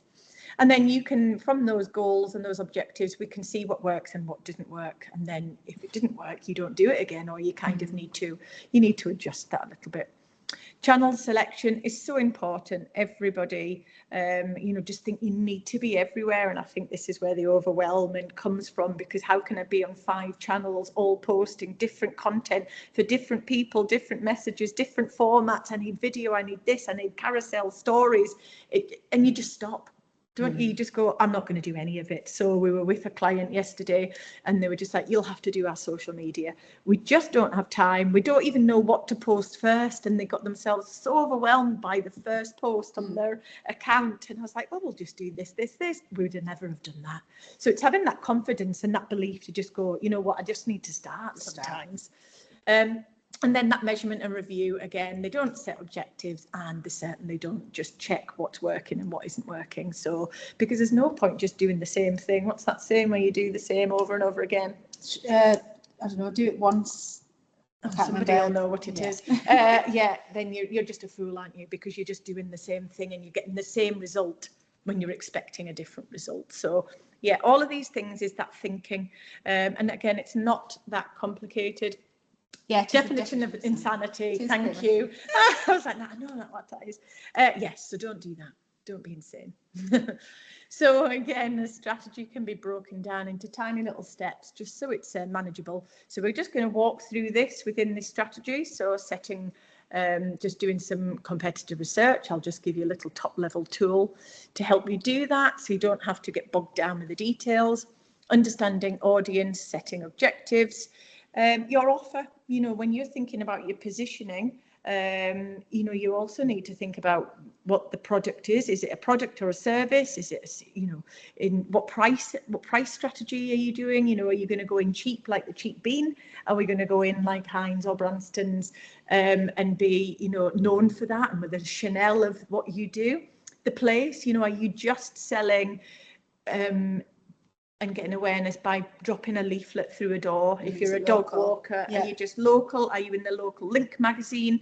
Little advert saying that you're doing dog walking, or have you got a huge big studio or a huge big a hotel in the centre of the Lake District? So, and then what promotions are you going to do? So that's your marketing mix, and there are your marketing levers that you kind of tweak and push and pull and just tweak till you get that offer right, and then that you can then build your messaging around there, find your difference, and then start to use the tactics to describe, to kind of sell that offer. So those bits you can tweak around with. You might have a product and you might tweak it constantly, isn't it, going through patent and just developing it so it's perfect. And a service, we're constantly tweaking and revising it, just because you get customer feedback, so you want that to come back to your offer.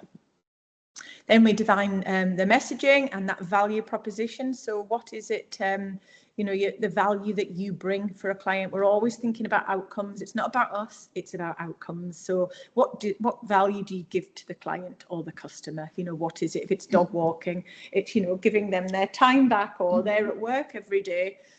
So, it's the benefit for them. And then you craft that messaging to kind of showcase that what value you're adding for them. So that's important. Choosing the right channels, again, whether that's flyers or it's in, it's in print, it's an event, it's a big giant billboard, it's on TV. There's so many, or you're just using social media and you've just got a Facebook channel. That's fine.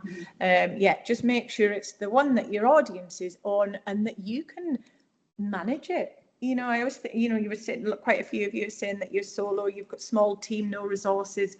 You can't be everywhere at once. You just can't. So I would just focus on, if you are a B2B, if you are an HR consultant, LinkedIn is your absolute channel, and networking, because you're going out and you're meeting businesses, and you can find and speak to directly the decision makers of that business looking for HR consultancy. So it's different things, isn't it? Different channels that work for different people. And then we have the campaigns. So this comes right at the end. This is more like the tactics at the end. And then it goes into that content strategy and planning, what channels and what campaigns that you're going to build across all of the different channels. So that's just broken down into some simple little steps in there. So talking about marketing, that market strategy, this is just a really, really simple framework that, again, it's in the workbook that you can just fill in. So underneath the strengths in here, I would just put down, you know, in just bold words or one sentences, bullet points, what is it that you do well? What is it your strengths are? You know, is it, what does your business do well? So is it like that you've got a really strong brand, you've been around for 50 years, that recognition's there, you've got loyal customers that come back and return, and they're telling all of their friends about it. Are you experienced? Have you got, you know, loads of qualifications that you can shout about? If you're an architect, are you award winning? You know, what is your strength that can really help you stand out? It could be that you go the extra mile if you've got a service, you know, or you do everything from start to finish. I don't know what the service could be, or if you're a hotel, that whole experience, you remember the person's name, you remember what they liked last time, you have that in the hotel room. Just the whole experience could be a strength. So it can be anything. It can be absolutely anything, can't it? You'll respond within 24 hours to, you know, customer service could be excellent. So those are all your strengths. So think about, other things outside of just your product or your service. Weaknesses. So these strengths and weaknesses are your internal factors. So what areas are holding you back? You've already mentioned this. You know, it might not be having the right tools, the right technology that you can automate things to give yourself some time back. Budget. There's loads of things that you can do on budget, but compared to a competitor, they might be spending £10,000 a month on, you know, marketing, whereas you can only afford 500. But there's lots of different things that you can do, and you can start small and you can scale. So it's not like you can't do anything, but you know, you can have that as a weakness, but it's something to grow on. You might not have an online presence already. You might just have a Facebook. You might have nothing because you're just brand new and you've just got some flyers or a business card made. And then that's obviously turning into, you know, you've got no brand awareness because you're not out there yet. So think about your weaknesses. It could be the team weaknesses, money, technology, innovation. Your weakness could be your product or your service. It could be the customer service is just awful. So you know that when you've identified that, we need to work. One of my objectives is going to be to improve this customer service or customer experience, because it's really key for me to get those reoccurring customers. I think also it's really good if you know what a weakness is, and you know that your clients and customers might know that. It's good to speak to it. So, you know, for example, I work with an organisation who works in the disability area, and their website is not accessible. Their buildings are not accessible. No. You know, they do wheelchairs and all sorts. So we've then had to put, it's almost like a sustainability policy. If you put the message out saying, well, you know this, we're working towards it. So you could do the same of, you know, I haven't got the resources, or I have got this limited budget, but this is my goal. So it goes in the vision and the goals again. Just let people know what you want to achieve, and they'll more than likely help you. And be transparent in your weaknesses. Sometimes it's all that people ask for, isn't it? So then we look at your opportunities and your threats. So opportunities, these are things that are happening outside of the business, but you could take advantage of. So they're opportunities, they're not negatives, you know, whereas your weaknesses or your threats are quite, you know, they could be seen, well, threats are definitely a negative that you need to act on. But yeah, those opportunities, what's happening and how can you use those? Is there like a demand all of a sudden? Everybody's wanting to use independent estate agents. We've seen a huge rise in those, especially in Cumbria and the Lake District. So, you know, I can use that. So I could get, you know, I've got more people looking to come to me to sell and to buy my house. So that's a great opportunity for you. You just need to be everywhere and let people visibility and let everybody know that that's what you do. Is the gaps in the competitors. So when you're doing your market research, you want to look at your competitors as well.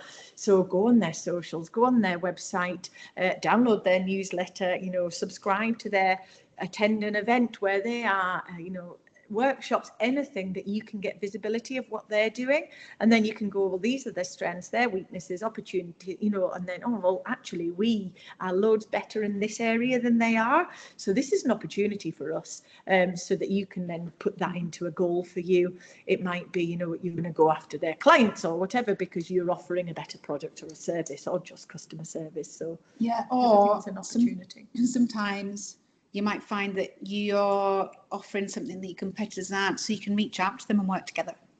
You know, you can do that, because I think that can be stronger sometimes as well. If you reach out and then you call them, you know, the peers, and then you could say, look, I'm doing this. Can you give me advice, or can I help, or can I put clients your way and yours mine? So I think sometimes a threat can be something that you can make into an opportunity. And you can have, you know, an opportunity and a threat in the same. It's the same one. And a duplicated one as well. It can be across the board. And then threats are external as well, but these are outside risks. And sometimes, you know, the bigger macro environment, you know, like the wars and things like that, and oil prices, and it impacts here, and rising costs because of the budget, and all things that just in new legislation, especially for HR, employment, there's legislation coming out all the time, it feels, isn't it? So that impacts on businesses. You know, just NI, everything that you can't grow your team because there's all these external factors that are constantly pushing you back. So just be aware of them. Know that they're there. Some things you just can never change. You don't know if there's going to be another COVID again, you know, that nobody ever presumed, you know, like even thought about that would happen. So yeah, just put your ideas down in here. And then what this helps us to do is just identify the opportunities and your strengths really, and then push these forward to develop some objectives. So with when we're setting our objectives, you want them to be SMART. And this means specific, measurable, achievable, relevant and timely. And these are important because if they're not SMART, you're just saying, well, I know I need awareness, so I'm just going to say, I want to increase my number of visits to my website, full stop. So that means, well, yeah, it might be achievable and it's relevant because I'm after my awareness, but, you know, how am I going to measure that? I don't know what to measure. Is 2 visits better? So I could go, oh yeah, that's great success because it's 2 more than I had. And then timely, it's like, well, 2 more than in what, a year? I mean, that is not going to be a great metric. You know, you're not, in my eyes, that's not a great success. So what you really want to do is have it SMART. And that means by putting, you know, something that's measurable, relevant and time bound in there as well. So I want to reach 20,000 website visitors a month by this time frame, so by December. So when you build your marketing strategy, it could be a 6 month, 12 months. Some huge organizations do a 5-year plan, but I think just kind of starting 6 to 12 months gives you something to keep referring back to, and to, you know, kind of moving it forward, and yeah, be a bit more agile with it rather than it's set in stone for 5 years. And then to do so, this is where the tactics come in. You're going to do X, Y, and Z. I'm going to, you know, do this on this channel, do this content marketing, do a series of blog articles or PR, whatever it is in there to help you drive visitors to your website. So there's SMART and then there's, yeah, not SMART. So it's very important just to put some timely things, even if they're top level, but just make sure you've got something that you can track and just make sure that it's achievable. So this moves on to your audience. So we've looked at the market, we've looked at the impacts that are going to affect us. We've then gone into setting some objectives for the marketing strategy. And I forgot to say the marketing, this kind of starts as to feed back to the bigger business. So if you've got a business strategy, which I thought somebody had written in the chat, you've got a business strategy and it's, you know, like kind of your vision, isn't it? Mm-hmm. You know, it's your 5-year plan of what you want to do. You want to grow the business, you want to enter new markets, you want to, and then from those big business objectives, they feed into the marketing objectives. And then the marketing and objectives then go into kind of a content strategy, objectives and social media. So they all filter down, but they're all feeding that big one at the top, which is the business, because the main aim is revenue, sales, growth. Yeah, if you want the business. If you want a certain amount of revenue, if you're selling a product, how many products do you need to sell? How do you sell them? So yeah, and price and price strategy and everything. So yeah, it kind of filters all the way down, doesn't it? So who are you trying to teach? Getting to know your audience is so important, and not just that surface level of they're called Jane and they're 52 and they live in Carlisle. You know, we need to drill a little bit further down in there, just to kind of, and it's the foundation of all of your marketing strategy really. So you know your objectives, and then we know if we knew our audience, what messaging are we going to say? and then what channels are we going to use to actually reach the audience, and then what content, and then, you know, and it just filters down like that. So we need to know everything about your audience, and you can do this by, you've already got customers yourself, you know, you're a business, as long, if you've had people buying and you're serving now, you could ask them, you know where they live, you've got their email address, you might have more, you might have a CRM tool that gives you information about them, where you met them, they might have been at an event or a networking event, so you know that they go to those things. So it starts to build a big picture, and it's you know, they're not real life. You know, we're not basing it on, well, I know it's definitely that person, but we can kind of cluster these people into customer personas, I think. But if you do this, then it just helps you speak to them better. They'll understand what you're about and what you do, and what you've got to offer, and the outcome, how you can solve their problem. Your messages will resonate more, and it'll just build that loyalty, because you've segmented them and you're giving them all the answers to their problems, and then in a different set of audience, you know, cluster, you're giving them exactly what they want to hear. So you're not diluting that message and just blanketing everything and do one big newsletter to everybody, whereas, you know, we might filter ours by people that are interested in branding, people that are interested in marketing, people that want a website. You know, you can kind of filter it down, or somebody that attended a workshop, well, we know we can market to them some different workshops in the future. So that's really important to feeds everything into the rest of the strategy. So customer personas, they're called different things, but yeah, it's a type of client or customer that I suppose you would want as well, because you'll have customers, but you think, well, they're not really profitable for me, or they're not really buying much from me, or they're not returning. So maybe they're not the right ones for you. But when you're building these customer personas, you want to just think, you know, 3 or 4, I think maximum. There's no point having 12 different types of customer persona, because it becomes too much, because you need, you know, all of those like 12 different messages, and how are you going to speak to them, and what do they like? And so, yeah, try and group them together to 3 or 4 just. But what's important is not just to focus on the demographics, but to kind of to look at demographics and behaviours, goals and motivations. So I just want to put them all in there. So the demographics are the who, so their name, their age, where they live, their interests, their hobbies, are they married, are they single, do they have children, all of those things that make them who they are, you know, that you can identify them by. But then more importantly, it's the goals and the motivations. It's that why are they seeking you? Why are they looking for the service or the product that you offer? It's that pain point, and it always comes back to their challenge. You know, it's the outcome. What can you give them that solves their problem? So if I'm looking to sell my house, I need an estate agent, unless I'm going to do it myself. So I'll immediately go online, and I'm looking for estate agents near me, estate agents Carlisle, you know, the best estate agent, and I'm looking for review, you know, so you're actively looking, and it's based on a pain point or a challenge. I need to sell my house by X time. So that's what's kind of making them the motivation behind that. Why they want the product or the service. So look and understand a little bit more about the why. Then the behaviors is the how. Where are they going to go? Where are you going to reach them? So if they go to events, networking events, there's no point being on, you know, Facebook.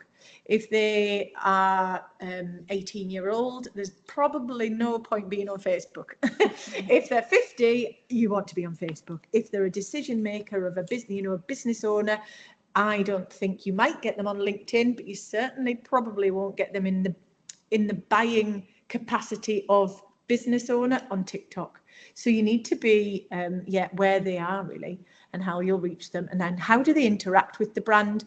What is it that they're doing? What's that influence on them to, you know, to come to you? Is it that they're looking for reviews? They only, you know, somebody said and recommended you, so therefore it's like peer-to-peer recommended, so therefore they're going to go with you as well. So there's lots of different behaviors and influences that can impact that decision making on there. What you can do as well, because I've just done it with a client, the wheelchair one. They're for active wheelchair users, so people have had accidents, usually through sport. So they're quite active, and they can move their upper body. But it's for for all ages. So that's quite a big demographic. So instead of doing the personas for the people in terms of like 6-year-old male or 20-year-old female or, you know, anything there like would that. be hundreds. There's too many. We actually, because they've got 5 different types of chairs, we gave the chair a persona.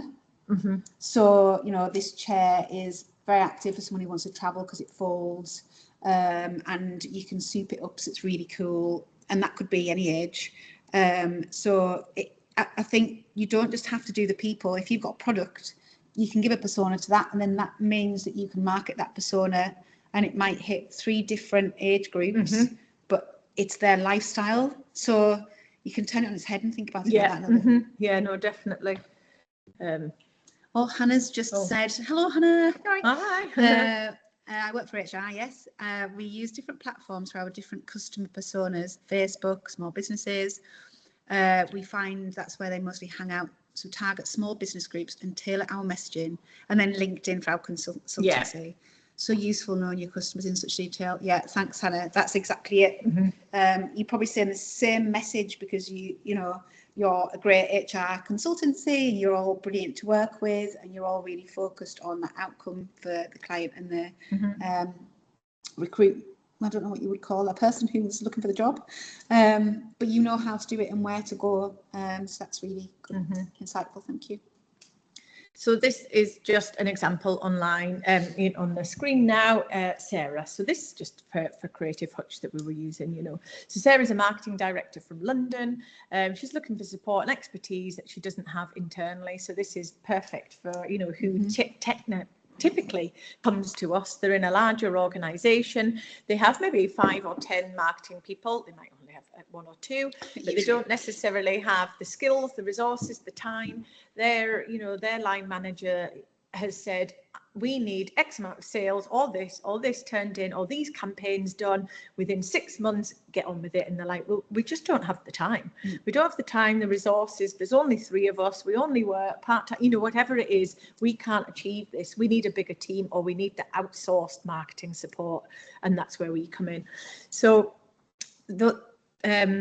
we have information about the demographics, so her background, her job, her career, her lifestyle, location, but we also have, you know, what she's looking for, the challenges, her motivations, and the technology and the sort of like the channels that she uses. So yeah, she'll, you know, she's old enough to still pick up the phone like us, not like the youngsters. We always say that about the team, that they're scared of the phone, aren't they? Yeah, the young ones. Email for not urgent requests. You know, they're on LinkedIn. She's on Meta, Pinterest. So she's on all of these different channels, so we know how to reach her. And then it's like just about, you know, what kind of information does she absorb better? Some people just love huge big articles and long detailed, you know, especially if you're medical or something like that, you're more likely to read a huge big white paper than somebody that is you know, just looking for a one-off service, for example, and then they just want to, you know, it might be just a social media post that is enough for them, or a flyer through the door to go, yep, that's it, you know, I'm in. So you've got to craft the right message, find them on the right channels, and just identify that solution, that pain point, I think, is key. And I actually think, like Hannah was saying, but I know it sounds strange with do they have children, all of that type of stuff, but if you know that what her lifestyle is like, how busy she might be, and what time she's going on things at, you know, and the fact that you know, she might be sitting somewhere with a mum and baby group, or she, you know, I think those details sound fluffy, but they're actually really important for you to understand the challenges, but also the time that she has. So she might be like, I'm too busy for long emails. Yeah. So I'll just have some, you know, I'd just prefer to see something on Facebook while I'm making the tea. So that is... well, it resonates if you've got a baby group and you know that they've got a newborn, and you know, then that's automatically, that's your audience. We're just working with a holiday park and, you know, wedding barn as well. So we've been targeting on Facebook newly engaged couples, you know, to go and get married at this unique venue in Cumbria. So, I mean, that's exactly the sort of stuff that we needed to know, that they were newly engaged. They put that on Facebook, don't they? Just got engaged to Jack.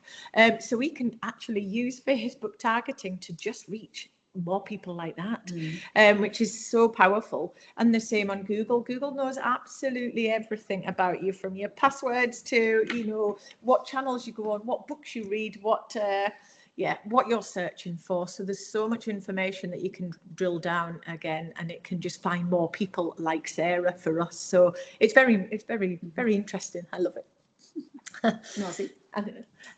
So yes, so this is just an example of, you know, putting together a customer persona, and then if you can kind of cluster them in, you know, have 2 or 3, and you can say, okay, well, this demographic, this cluster, they want this type of content because they like reading big lengthy things. It's this message on these channels, whereas, you know, somebody else might think, well, we're just going to do email, or we've got business decision makers and we're going to see them at an event and we're just going to use LinkedIn. So it helps you just kind of group them in and make all of that more manageable, I think, when you're segmenting your audience. So the value proposition. So these are the reasons they choose you. Yeah, you provide a great product or a great service, but, you know, so does everybody else. Maybe it's a really competitive market. So there might be 5 of you all doing the same thing. So what makes them choose you? What type of bean are you? Oh, that's Are great. you going to be cheap, or are you going to be spicy, or are you going to be nostalgic? Just always come back to the bean. Yeah. So yeah, I think this ties down to, or it does tie down to the bean, but for a different reason, doesn't it? In the sense of, you can then be visible now, you know where the audience is, and then why at this point are they buying for you? Is it because you're spicy, or is it because you're budget? You know, if you're in a hotel room, are you extravagant and luxurious and have champagne by the bed, or is it budget or a hostel because you've got a group of people who just want to come and do some walking in the Lake District? Yeah. Yeah, your value, you know, it comes down to, you know, why did they choose you? Is it price? Is it location? You know, you might just be right where they need it in the centre of town, so it's just convenient. And it's just what, you know, use that to your advantage and what makes you stand out from your competitors as well. So if you can explain your difference clearly through your messaging, like what Vicky was explaining before with Frilu, your marketing just becomes stronger, it's more consistent, and it's just more persuasive because you're not going to have that barrier with price. And I think that's when we come into here, you know, your difference, it's like you attract a better fit of client, a better customer that becomes more loyal. They're more likely to tell their friends and recommend you, and they're less focused on price, especially that B2B. If you know that we're going for the marketing managers that are time precious, or they don't have that, or they don't have the resources or the skills in-house, they just need it. And not that we're going to be pricing way out, but it's just, that well, it's just value as opposed to cost. That's what people, you know, if cost is the reason that you're selling yourself for, that's great. If you're the budget bean, you want to talk about cost. Whereas if you're going to come for experience, you might be the Branston's bean, because you're going for the spice. So I think it's just, you know, value comes into it there, like you say. You've got the value, the experience, always the benefits, and that's like the budget bean again. That's a value to that audience that they're going for. They need something cost effective to feed their family. So always prioritise the benefits that will really engage your audience, I think. Well, yeah, the benefits that matter to the customer, not to you. You might think, oh, I'm a really expensive bean, you know, but they don't care about that. So yeah, it's thinking about putting the customer first. You don't have to be completely different or really unique. You just need to be more of something. I always remember going to Hatton Gardens when I got engaged, and that's in London, where you've got, it's just all ring shops. Yeah, it's absolutely. It's all it is ring shops, which is crazy. You think, well, you know, all the competitors. But that's why people go. And then people go to, there's different types. So I went to one that was kind of vintage and it was lovely, and then there was a new one, and then there was one that did really flamboyant ring. So they were all selling the same thing, but they all had slightly different experiences and slightly different benefits from it. So again, you can be right next to your competitor or speak to them and open up to them, but you might talk to a different audience. Yeah, it's true, that wasn't it? So yeah, just find something that you're a little bit different for. So just be more of something that matters to your customers. And then I found a great saying by I think she's a best-selling author in the New York Times, Sally Hogshead, and she just says different is better than better. Yeah. You know, everyone's like, it was always about your USP or your uniqueness and stuff, but just be a little bit more of, or just a bit different. Yeah, that matters to the people that you're selling to. Yeah, it's like when you have friends, isn't it? You know, you just everyone has a different set of friends for different reasons. Yes. You know, one is funnier, or one listens to you more, or one makes a good cup of coffee. One's adventurous. Yeah. So I think that's really important. And then now we're looping right back into that beginning bit, but we're at the top of the iceberg now. So if we were thinking about the branding, which feeds into the marketing, and then all of that feeds right back into how you're using it with the top bit, which your brand identity or visual identity, people say it in different things, in different ways. But once you know your positioning, your messaging, your audience, your personality, all of that, those type of stuff, you can really focus on those colours. So those of you who are established already might already have the colours and the fonts and logos, and that's fine and it'd be working, but it's great if you do this workshop and then just think, actually, is the font reflective, which sounds daft, but like I've said, sans serif, caps tends to be luxury, people tend to have bubble, slightly wider fonts to be friendly. They do all these little things makes that whole picture to people, especially colours. There's loads of psychology behind that, but you know, like the Freeloo colours, they were very warm, but you knew they were to do with outdoors as well, very deep and luxurious in colour. Iconography that you use, that's very important for accessibility as well, but that's all your brand language, that really helps build that whole perception to your audience. Then, you know, looking at that tone of voice, so saying the same message, but how do you speak? Is it professional? You know, if it is academic, you'll use that language. But again, there's another great tool called Flesh Kincaid, which we'll send to you. And you type in the paragraph you want to send, right, and it simplifies it for you, because you should really have your language and content and copy for it no higher than a reading age of 12 plus. 12. It's interesting. Unless obviously you're doing white papers for medical. You're a doctor, yeah. Imagine. But it's worth doing all of that, because then that not just looks at your tone of voice, but it's the language that you use that people, again, it's really accessible for everyone. What was that called? Flesh Kincaid. It's not very nice. FLESCHE KINKAID. This is the word you can't spell. I can't spell it. I'm terrible. This is why I colour in. I can't spell. So yeah, and then Kincaid. Right. Okay. Well, we'll share that. But it's really good to do that with your messaging. But again, looking at your imagery treatment and photography style. If you're luxury, you might go for that sleek look, the minimalist style. But if you're kind of more of a playful brand, or if you're a hotel and you're kind of a hostel, you might go for more bold, vibrant colours and fun photographs, with more action and movement in it. So that really sets the tone of perception as well.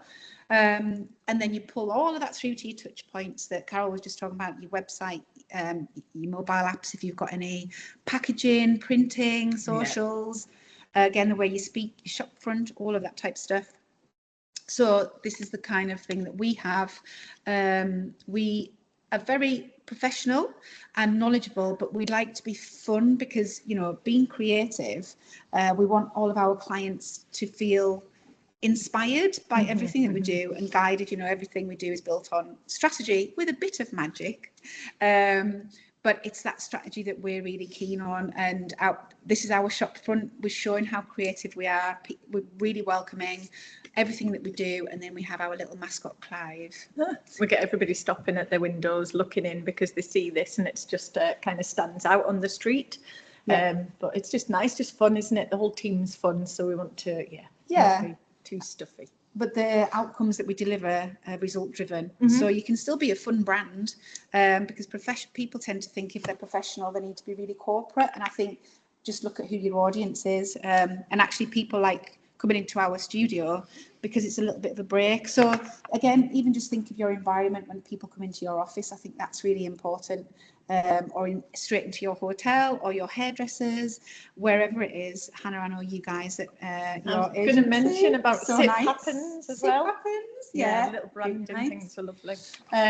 But you've created a lovely warm space, and that's not just great for your customers and clients, it's great for your staff and your team as well. It really, people kind of have a little spring in the step when they come into work, and invigorates them, doesn't really it? proud, and that helps productivity. So all of the stuff that we just talked about feeds into this kind of almost one snapshot of who you are as a brand. Okay, so moving in to the messaging. So we've looked at your audience, we looked at your objectives, your marketing objectives, positioning and audience. So now we're looking at that messaging. Just feeding down, and again we come back to consistency. Is it clear? Does it explain what you do? You've just mentioned that tool, so yeah, definitely you could write lots and lots and then feed it through that tool, and then it spits it out hopefully of something that's just really easy and concise to understand. It's like Ron Seal, isn't it? It does what it says on the tin. If you start over explaining, adding big word, it becomes so confusing that people are just, I just don't know what you do. So therefore they're just going to jump, if it's on that website and it's loads and loads of copy and things, and I just don't know what they do, but the competitor or somebody else just says it and I know what I'm going to get at the end of it, and they want that outcome. So does it show how you solve the problem or the needs? So put yourself always in the customer's eyes, the client's eyes. What do they want, and how does your messaging feed and solve that problem? That's all they want to know. They want to know the outcome. Does it explain your difference? Does it kind of show, does it give a nod to how you're different because you're faster, you're fun, you're friendly, you're in whatever, just make sure that's woven into your difference into all of those messaging as well. And then have it consistent. Don't start saying something on social media that's different to your website, so it's then different to your leaflets and your flyers and your pop-up banners, because it's just going to dilute that message, isn't it? And then it becomes kind of confusing. Well, last time I saw them, they were saying this, and then on the banner it says this, and we see so many times, don't we, that they've got the banner and it says one thing, and then the flyers are all saying another, and then they've got screens behind them, an event, and that's saying something else, and it's just not got that consistency. No one knows what you're doing, but also you won't get brand recognition, so as soon as they walk out the room, they won't remember who you were. I think that's the main point. Whatever you do, keep it simple, keep your colours simple, message simple and big, and then people will remember who you are and they need you. Yeah, no, definitely. And then, again, like what we were saying about the difference, it just removes objectives, objections around the cost, or if you're clear with what you do and you say what you do, then they know right from the start what you're going to deliver. So there's, what did you say right at the beginning as well, when you said something that not be transparent, but it's basically that, just say what you do and make sure that you're always saying what you can deliver, and don't overpromise. Don't overpromise. That was the word. Never do that. No, because you'll get found out. Just a quick one on 3:15. Yeah, I was just thinking we were going to have another little break if anybody wanted, but it was after 3 more slides, and then we were going to have a 5-minute break, if that was all right with everybody. I was just going to whistle, because whistle, stop, current, and then a little break. Yes, a little break. Just the channels and tactics. So this is where we're now becoming, what channels are we going to use? So everyone's talking about the social media or the website or email marketing or content or whatever it is, print marketing. It's finding the right channels and using the right tactics together, kind of tweaking them to fit. So it's turning the strategy. We looked at the beginning about the strategy, the thinking, and now we're doing the doing. So good marketing is a mix of the channels, tactics, all working together seamlessly, so for a good outcome and a good result. So that means all of these things. It's your brand that Vicky's talked about earlier. It is your content, what you're going to create. It's for social media, like creating visibility. It's search. I know Ray's on here, and this is his speciality, in SEO.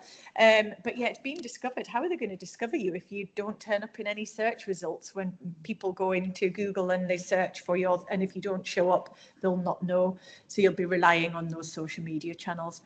Email is great. It really is one of the best tools that you can use. If you're not using email marketing, I suggest you do, and it's free. It's free up until a point, but it's you own your subscribers, you own that data, so you can market to them however you want. You can send them as many messages, you know, you've got a direct communication with them. It's like you're just knocking on their door and inviting them out. So it's brilliant email, and you can do so many different things with them and really nurture them and build that loyalty with them, so they keep coming back and keep you top of mind on there. I'm just trying to look over the thing. And then we've got paid ads as well. We just I think paid ads, unless you've got your foundations right and your organic socials working, and your website, really, you know, your website landing pages and the content's right, the branding's right, you've got to have lots of different things all aligned and all the foundations in place before you even spend money on paid, because it can backfire quite quickly. Your PPC, you know, it can cost you more per click if everything else isn't done right. So test on your organics, test your website, make sure your email's working fine, and then you can invest and investigate the paid. But yeah, you need a little bit of budget behind that, so it's best not just to jump straight into paid for those. Marketing channels, this is your channel mix. So there's so many different channels out there, you know, offline, online, out of home channels, which we'll look at. You know, these are your billboards on the side of a bus. It could be, you know, TV, this broadcasting, radio. There's just so many to discuss, so we're not going to jump into the channels today, but I just wanted to give you an overview of all of the different things you can do. They're all different type of budget. So website, obviously, once you've built your website, then it's yours, you own it. Email marketing, it's the cheapest way, and gives you the best ROI, really. Content marketing, it's free. You've just got to generate that, that content and stuff. Social media, you can create lots of videos. It's free. It just takes time. I think it's having the resources, the confidence to go out there and do a video. You love a video, don't you? No. Every time we get a camera stuck on us, you have to do 100 takes. So it takes us, Hannah will know, it takes us twice as long as anybody else. But we persevere. And then, you know, Google, PPC, paid advertising, out of home advertising, these are becoming more expensive. PR and media, you can have a mix of costs in there as well. So there's lots of things that you can do on a small budget, right through. You know, haven't done kind of print on there. You know, there's the direct mail as well. If you're a dog walker, that would be great. In your area, wherever you live, just drop little flyers around through the door to say that you're here. That's absolutely perfect, isn't it? A little local magazine in the newspaper.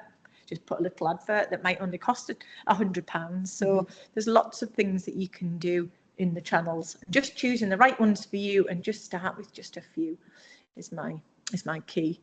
So we're going to have a little break after this one slide. So just a summary slide, really, to ask yourself, you know, for a good strategy, if you can answer these 6 questions, then I think you've nailed your strategy, really. So, you know, 1, who you're trying to reach, it's the customers that matter to you. You know, who are going to come back, who are going to be loyal, who's going to shout from the rooftops. They're the ones you target. What problem do you solve? Don't go for the, you know, the how and the, what did you say? You know, people are jumping in. It's kind of, you know, what makes their life easier? What are they coming for you? Is it time that they need? Is it resources? Is it new technology? Is it a new creative idea? Is it just the haircut, or they just want a massage or a facial? You know, this, or a lovely stay, a romantic stay in the Lake District. So all of those, you identify the problem, your offering and your marketing mix, all of those, product, price, place, promotion, all builds around your full offering there. Why should they choose you? This is your difference, your positioning. What results can you give? It's on the outcome as well. What makes you, what's your value for them? And then that comes back to, why they choose you over somebody else. Where will you reach them? Again, this comes back to the channels. So we've just looked at a few of the channels. So focus on the channels that your audience lives on. Don't try and follow a trend. It's the worst thing to do, especially if your time is so scarce. You just think, you know, well, they're definitely on Facebook, and I know people are saying Facebook's dead. It really isn't dead.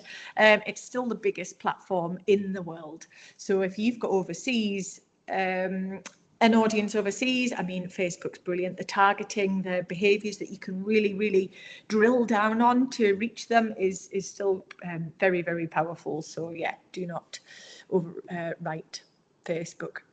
Your messaging and your goals. So what are you going to say to them? So that's it, being clear and simple, consistent with your messaging, and show the benefits. You know, what is the value? What's the outcome? How can you solve that problem?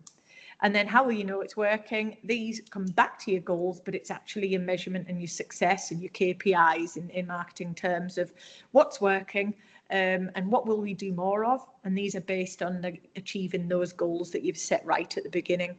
And there's great, you know, inside Meta, if you've got Meta Business Suite or Business Manager, there's all of, or even just a Facebook page, in the back end, you'll see insights, and it gives you lots of information about who is on your page, who's following you, age, demographics, where they live, lots of information on there. Email marketing, if you use something like MailChimp or MailerLite, in the back there you will find out, you know, who's clicked on what, who's subscribed, unsubscribed, what content they're after and what they're clicking on, so you can really drill down as well. Website, you can look at Google Analytics and you can see everything about, you can't see the people, it just gives you an IP address, but you can then see who's visiting what, how many people are visiting what pages, how much traffic you're getting, where they're dropping off, where they live, lots of different information there about for your website. So just ask yourself, answer those 6 questions. So you've done your strategy, and just make sure you can answer those. And I think you'll have some great foundations to then move forward to doing the actual tactics and the fun stuff. So we are just going to do, I know it is 25 past, so if we just have a quick 5 minutes, if you've got any questions, just run to the loo, whatever, and then we'll just a few slides left just to go back, and then we can answer questions at the end. Understanding the customer journey. So not many people, they'll know that people go through a journey because you do it yourself as a consumer, you know, but it's understanding when people buy in that journey. You know, there's awareness, there's consideration where they're considering, and I know I've got a problem and I need a solution. Then there's this decision of, yeah, what am I looking for? And I'm ready to make, you know, I've looked at the reviews and the case studies and I'm happy and I'm going to buy. And then there's kind of those loyalty where you just go back and back and back because you just trust them, like, trust and know them, and that's it. They're just your preferred choice. So I'm going to skip that one. That was just about, you know, one thing that business get wrong, just trying to do too much. So we're going to jump straight into the different stages of the buying, like a customer journey. So these are the awareness stage, the consideration, decision and loyalty. So everybody moves, they don't move in a lovely straight they don't move in a nice straight flow like this. You know, they might go from awareness and then they might jump away and come back in 6 months. They might just come in straight into consideration because they've seen you before at an event, they've met you, and then the decision they might just have had a referral, so saying you must use Carol and Vicky because they're excellent, and then they just skip the first 2 bits and they just come straight to us. So it's not a clear cut as this workflow here, but marketing does support customers at every stage of the decision. Most businesses just go straight and create content for the decision making and or awareness stage, and then they don't actually think about the other stages. So they're just thinking, you know, awareness, social media, post, but they're not actually thinking of the other parts that really sell and help build that trust. So we're going to look at these in more. So awareness stage, they're thinking, what's the customer asking? They're looking, you know, do I have a problem? Is there a better way of doing something? Who might be able to help me? Is this relevant? Or, you know, for my business, you know, I'm not ready to buy, or am I ready to buy? And then they're just exploring at this point. What they want, they're looking for ideas and inspiration. They're not looking at hard sales pitch at this point, you know, in awareness. The channels that can help, you know, is it search engines? You know, they're typing into Google, you know, a key search term. I want a holiday in Barbados. You know, that's what they're searching. New pink pair of shoes, you know, or women's shoes, running trainers. It's just so simple as that. They don't put a nice long sentence in. It's just keywords. So you need your SEO to help your business be found and visible. social media, content marketing, video, PR, partnerships and collaborations. We mentioned those, events, speaking events, podcasts, everything that gets you out there, really. Then the consideration stage, this is where they're just doing the research. So they're looking around, they're looking at different options, they're going from, you know, different agency to agency, consultant to consultant, dog walker to dog walker, estate agents, whatever it is. And they're looking to see, you know, price will come quite important in here, availability, how fast can I get that? Are they trustworthy? What's their Google reviews? And just some reassurance, you know, oh yeah, they've got 5 stars or somebody's recommended, they're perfect. So they're just looking at the moment at that point. The decision making, this is the ready to buy, and this is where you really need to be active. You know, you need to have that awareness, but also be ready to say, you know, what are they looking for when they're ready to buy? Because they could only be ready to buy for minutes, hours, days, weeks, and then, you know, it's a compulsive decision. So they're thinking, is this the right decision for me? Is it easy to buy? If there's any barriers whatsoever to booking something online, the app crashing, the mobile, not being mobile, you know, friendly when you go onto the website, that's my absolute bugbear. That's it gone. You know, I can't read it because it's not accessible. So you've missed the, you know, you've missed so much of the your audience already. And then they're looking for reviews, demos, FAQs. You know, like what are people asking and answering there. You know, they might have just some questions around it, you know, and you need to kind of prove that, yeah, this product or service will help you with your challenge. So they're even looking for special offers as well. I always put in my email address because I know that I'm going to get 10% minimum off that sale or that product that I'm buying online. So yeah, think about everything in that decision that's going to help them to buy and make that decision quickly. Then the loyalty, once it doesn't finish after they've bought or they've used your service, they're thinking, was that a good decision? Did I get my money's worth? Was it reliable? Would I recommend them? Would I use them again? So they're thinking of all of those things. So this is where your email's brilliant and your offers, and you can re-nurture them back through the email and then give them VIP, put them into a membership, give them extra value, and refer a friend, loyalty, you know, lots of different things you can do around there, some VIP perks to build them, put them in a community group. You see lots of that now. That's Substack as well that I really love, and it's like a big community of people with lots of different relevant information, emails, blogs, articles, podcasts, links to everything in one space. So it's really good. So at this stage, I'm going to, there's quite a few slides here that we just showed, but I've just explained a few of the channels there. So you didn't know existed. This is right at the top of the funnel, the awareness stage. So these are the great channels that you can use for this. It's shouting about from the rooftops, getting out there and just saying who you are. The different social posts are great. You can offer tips and advice, helpful insights. You can become a thought leader, you know, put yourself like that educational content, you know, why you're great, and what you can do and how you can solve problems. Paid social, it just ramps up when you think, you know, you do a bit of organic socials and then putting some paid behind it, whether that's PR, sponsored content, Google PPC, display search. Don't just boost though, because you don't know who that's going to boost. So yeah, these are all, they just amplify that reach really, really quickly. So if that's what you're looking for and you've got the budget, but remember, you know, it does zap a lot of budget. So I wouldn't recommend that without getting all your ducks in a row first. Some things that you can also do, apart from those channels, is have that local awareness. If you are the dog walker, you know, if that's what you're doing and you're in the centre of wherever, in a little town, then make sure if somebody's typing in dog walking Carlisle or Cumbria, you know, that you show up in your Google business and you have a business profile. It has all of the links in there. You can, if you're a restaurant or something, or a pub or a bar, you can put your menus on there. If you're a beautician, you can put your prices on there, what you offer, your services. So make sure you use that, because it's great for that local discovery, and for Google reviews. We use it all the time after any a project that we've done. You know, we send our clients a Google review link and just ask them to, you know, just to share something with them. And there you can also get discovered through social media. I think we've chatted a lot about social media, so these are great. Just post regularly, use lots of different types of content on there. Video first, or it just performs so much better. It gets you reach outside of your followers. Same with stories kind of with your followers, but definitely the video and the reels will just get you noticed by other people on there and maybe get you onto the explore feed as well. Stories are great though, a little snapshot of time. You can add links in there, put polls, so that's a more interactive, which I quite like.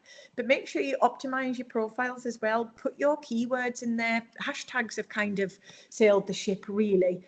You can add them, but in your profile, that's what's going to be found. So if we're a creative, award-winning brand marketing and design agency, Carlisle, that's what we want to put in there.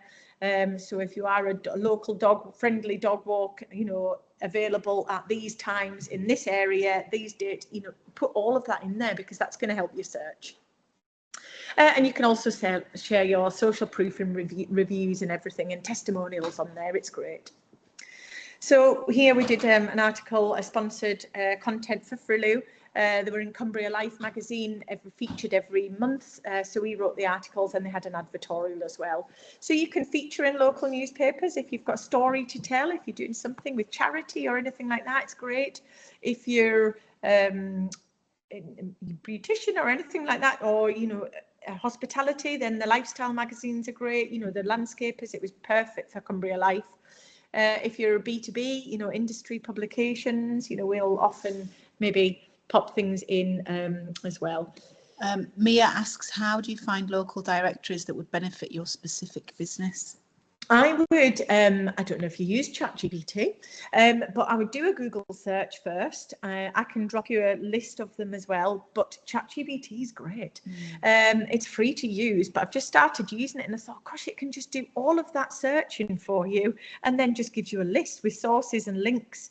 So you could say, I don't know what business you are in, but if you drop that in there, then, but there's lots of, local magazines and things that, Local IQ do, or we've got Business Crack, Cumbria Crack, lots of different things in there that can help share. If you're in tourism, you've got your Cumbria tourism platforms. So put it in ChatGPT, just type in what you do and ask it to find all the publications and media articles and everything. It's great to do that. Paid ads, we've looked at this. We ran for hospitality business. There were lodges over in Northumberland. So just to help raise their awareness and reach new audiences. And we can use the targeting and behaviour and interests of, the kind of 50-year-old looking, 60-year-old looking to retire, looking for a luxury lodge by the lake in Northumberland, beautiful countryside. So we decided, paid was part of our strategy. And it's great for people, PPC, for somebody with high intent. I'm looking and I'm actively seeking. I'm looking for a holiday now and I'm ready to buy. So if you can show up in the ads, it's great, and great for shopping as well. And it just helps drive traffic to your website for bookings and all sorts. So Lucy and Paul recognise this. So this is what we did for Enterprise in Cumbria, or their Cumbria Accelerator programme, which we're helping to support them. So we did a billboard, big poster billboard in Barrow. So I wanted to add that one in there. It doesn't actually cost loads. Big digital billboards cost a lot more, but just having the paper posters, or you could maybe do in your local cricket ground, or sponsor a hole. A lot of people, at the golf club, sponsor a hole at the 13T or something like that, or be in a programme for the local rugby club. There's lots of things that you can do out there that don't need to cost money, but it's just, if you know that your audience is a golfer, get on the golf course. If they're an avid race goer, a race goer, like horses, then put a board around their race course. So there's lots and lots of things, but it's high traffic area and it's kind of that great awareness for you. We did have a video to play that we recently did an advert on ITV for a customer, for a client. So we were going to play that, but with no time, so we're going to skip through those. When they're in that research in options, so they're considering. So these are the great channels to use. Again, your search engine, websites, email marketing, and share your case studies, because they're looking for that proof. They're considering you and they're comparing you against other people. So testimonials, educational. Why are you better? Are you authority in authoritative speaker? Do you know what you're saying? So you want to kind of be putting that out and say, look, I've got 50 years experience, 20 years experience. I know my field, so come to me. And then email nurturing as well. Sorry to go back on that. It's good if the proof relates to the messaging positioning that you've got. Yeah. So, you know, if you've got that, if you're saying you're a luxury hotel, it's good if the proof or the reviews say, yeah, great, these guys, this was the most luxurious experience I've had, or they've thought about every little detail. So if the proof can relate to your positioning, that's even better. Yeah, yeah. Oh, Lucy just said there, it worked. And it worked. Yeah, thanks, Lucy. Oh, no, it was great, wasn't it? Such a prime, I mean, you were right on the high street, weren't you? In prime position for everybody, all the traffic, you know, it can't be better footfall than seeing that daily. And that recognition, because you see it, and you can put a big QR code if people are walking past, and they've scanned the QR code, and then you can even track that and put a unique link in there, so we know what traffic's being directed through to a landing page. So it's some clever digital marketing things that you can also do to track. Consideration, this was BAMA that we did. We built a brochure for them. So we also did lots of blogs and guides. So when they're considering you, they're wanting, you know, reading articles and things. They're wanting to absorb that information so they can do a good comparison. Videos and tutorials, behind the scenes demos, how-tos. These are all great that you can put on YouTube to explain what you do and explain and showcase your expertise. Email campaigns and newsletters, again, offering tips, offers, guides, and it just helps them stay on top of, you know, you to stay on top of their mind. So all of this content's great for consideration. And downloadable resources as well, toolkits, checklists. You know, we're going to be giving you some like little toolkits and resources to take away after this. So we know how important it is to have that takeaway and to go and refer back to it afterwards. So these are all great. I'm just skimming, that was just another client. So you're ready. This is the decision making. So this is when we really need to be present, and we need to, you know, have content out there continuously and have it readily available. So retargeting is great for this. So at the awareness stage, you're running ads, but they might have seen your ads, engaged with them and disappeared, but now you're going to serve them up retargeting or remarketing ads. So we're going to pop up again in their Facebook feed, follow them around on Google. So everywhere they go, on YouTube, on, you know, on Messenger, everywhere they go, these little display ads are going to pop up and just say, hey, we're still here. These are the type of emails that you get, you know, where you said, have you left something in your basket? Have you forgotten, you know, don't come back, here's 10%. So there's all those great things that you can do. Limited time offers and incentives. It's always that, you know, don't wait, 24 hours remaining, because it's wanting you to make that decision quickly, and they put pressure on. So that's great marketing. And then offer, you know, proof and testimonials are great the whole time. What I said before about don't make it difficult for people to book. You know, it's so frustrating where you land on a website and you don't know what to do, or there's so many call to actions, or the form doesn't work. These are just simple things that you can get right. If you're on Facebook, make sure on your profile there's a button to say book now, download menu, see services, get in touch, whatever it is. Try and get those buttons, call to actions really, really prominently and high up across anything. Yeah, you can even make a dedicated booking or service page that you direct a campaign to, so they don't go anywhere, they just go straight to that page on your website, and there's no other call to action but just fill in this form and get in touch, or call me, whatever it is. And then, yeah, just make sure all the information's really easy to find. They don't have to start going through menus and searching for stuff, because they're just going to bounce off. Any links put in your footer as well. So FAQs, opening hours, anything like that, make sure it's in your footer as well, because people know just go straight to the bottom. And yeah, make sure it's mobile friendly. So this was just an open weekend thing that we did. We built a dedicated landing page. We created an email, and it just directed people straight to that. And we had some paid ads going with videos and stuff. So there's nothing else to do on that page but register now. And that's what I mean about a dedicated landing page. It works every time. It's really good. And we've done the same for Lucy and Enterprise in Cumbria, or the Cumbria Accelerator. It's just a website dedicated for businesses, startups, and, you know, SMEs to get in touch. So it's good. Make it easy for them, again, to choose you. So this is just, you know, encourage people. The user generated content, happy customers are going to share on socials and say how amazing you were. They're going to tag you and they're going to write and show off their products, or if they're in a new dress or they've had their hair done, nails. All of my social feeds, I get, people are thanking their nail salon for incredible nails and things like that. So yeah, make them become a top fan and a loyal customer, and just ask them to share posts and things and tag you in. It's the greatest visibility that you can get, really. So it's good. And share client stories and tag them as well. Say thanks to them. Thank you for your custom. There's no reason why it can't go back and forward. So these are some case studies that we did for Cumbria Accelerator as well. So this is all the great work that Lucy and the team have been doing with all of these businesses that helped, like kind of over 400 businesses now. So these are all the happy customer clients out there and happy businesses. So it just goes to show, if you do some great work and you do the right things and provide a great service and products, then you'll have happy clients, and they're actually quite happy to share when they are happy. So yeah, use that to your advantage and nurture them and give them things back. So this is the loyalty stage. What can you do there? You might have an app that serves them directly, and you can put in-app messaging and things, social media, LinkedIn, build community. I said about Substack, VIP membership. The dogs is at Pets for Home. You can have a little VIP card that gives you loyalty every time you go back. So all of those things at any level, you can do it. Just a free drink when you come back to the coffee shop. You get a little stamp, don't you? 10 drinks and you get a free coffee. All of those tiny things don't cost the earth, so they're really, really good. Star Offers, this was again an app that we had that just offer loyalty programs, reward points, VIP. People love something for free.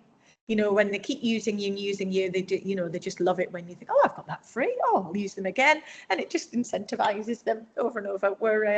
We're all the same as humans, aren't we? We're like a freebie. So yeah, that was just that bit on the loyalty. So this was just our final, we've got 2 more slides. Yeah, so just to kind of bring that back to the branding and how it supports that journey. Yes, so on the sorry, my dog is going crazy. He's been a little monkey. I think he's got quite a lot to say about brand. So again, it comes full circle. You've got the awareness, you've got the consideration, they've made the decision, and the loyalty. It doesn't just come from all the experience of the product and the service. It comes from everything that consistency they have. It all boils down to consistency all the time. If they have had a good service, you've got to make sure they still have that. So you've got to make sure they've still got that through any email offers that you're going to give them because they've stayed at your hotel, or it's their birthday, so you say happy birthday to them. So if they've bought from you once your service or product, don't make that stop. Just think about your brand and what you want the experience for them to be with your brand, because that's what they're engaging with, because they can buy your service or your product from someone else down the road. So don't stop the journey there and then. If you think I've got that audience or that client, that's fine. Just make sure it's consistent. And if you say that one of your decision making things is you go above and beyond, just keep doing that. It doesn't need to be expensive. It might just be 5 minutes of your time to reach out and say, how are you? Or I've just got this into the shop. I know that you love the colour purple. What do you think? So, again, it's just making sure that you're reinforcing the brand, that whole recognition, that trust, that positive experience and emotional connection that we've talked through. So brand helps people recognise, remember and trust you. So it's going back to that dating app from full circle. So, as we say, when brand and marketing work together, everything becomes easier. Your decisions are made for you. It frees up time. It's quicker. You can schedule things. It's more consistent. And that's how you get the right audience in. And that's where the magic happens. So to Clive we haven't got a new team member. Clive the hedgehog. So just some top tips from us, just to our parting words, just to help you. Yeah, I'll go through them quickly because you might have questions, but it's just repeating everything we've said. So remember that the purpose, even if it's just for yourself, start with your why. Before you even get into colours and logos, which everyone really likes, what's here to change, improve, everything like that. So give someone and yourself something to believe in, not just to buy. Again, know who you're really for, which we've touched upon. That's your audience. Not everyone is that audience. and that's a good thing. So just really understand who you want to reach, get that positioning straight. So it's carving out your position in the market, which we've gone through. What will you do differently? Be clear on that problem, and it might not be a problem in terms of a challenge. You might just make their life better. You know, you might build one of those nice bars across a bath so they can put the glass of wine on. That could just be a product. So just, you know, what is it that will really engage them? Key point from me: choose those values that you can actually live by, but also that you can, that is behavioural within the workplace. And then favorite word, consistent. Always be consistent. So it creates the clarity with the messaging, the way you show up, the talk, the way you pick up the phone. Consistency builds recognition, and then that builds trust, if you remember that. And then, yeah, if you can, just bake in accessibility from the start. Doesn't have to be a lot, just colours, space around your content for it to breathe. You know, try not to write War and Peace. Remember to try and write for 12 plus reading age, or is it 12 minus 12? But just from 12, that's really important. So it's a simple thing for people to listen to. So before you do all the look and feel and no-goes, get that clarity right. Know who you are, why you matter, who you're for, and who you want, and how you want to show up. And then that's what's really powerful for your marketing. And then, yeah, just some little tips from me. Don't try and do everything. You know, we've already kind of resolved, you know, with time, nobody's got enough time. There's never enough hours in the day, and you can't do everything. If you're a small team, it's just physically impossible. You've still got to do the work. You've still got to serve the clients. You're still 9 to 5, children, you know, everything. It's overwhelming. So just start small. Definitely create the marketing. You know, look at this framework that we've looked at today and the workbooks that I'll share with you, and just stay focused. Just start small. Set 1 or 2 objectives. You know, whether you're wanting an awareness, visibility, more inquiries, bookings, better quality of leads, so you know you get more money from those small quantity, or you know, is it building loyalty? So just think is what's really, really important to your business and focus on those. And the same with the channels, just focus on 1 or 2 channels and just think about where your audience is. You know, don't need to be on TikTok if your audience isn't there. If they're not on social media at all, you know, and you can just go around and put flyers through doors, then you know that's exactly what you need to do. Create content that shows your clients, solves your clients' problems, and always show proof of what you do. You know, say how great you are. But with, you know, we've worked with these other clients, these other customers, you know, and then they share those reviews as well, because that's what kind of builds that trust and credibility. And people just want to, you know, oh, well, they're using them, I want to use them. It's kind of that, it builds a bit of a hype, doesn't it?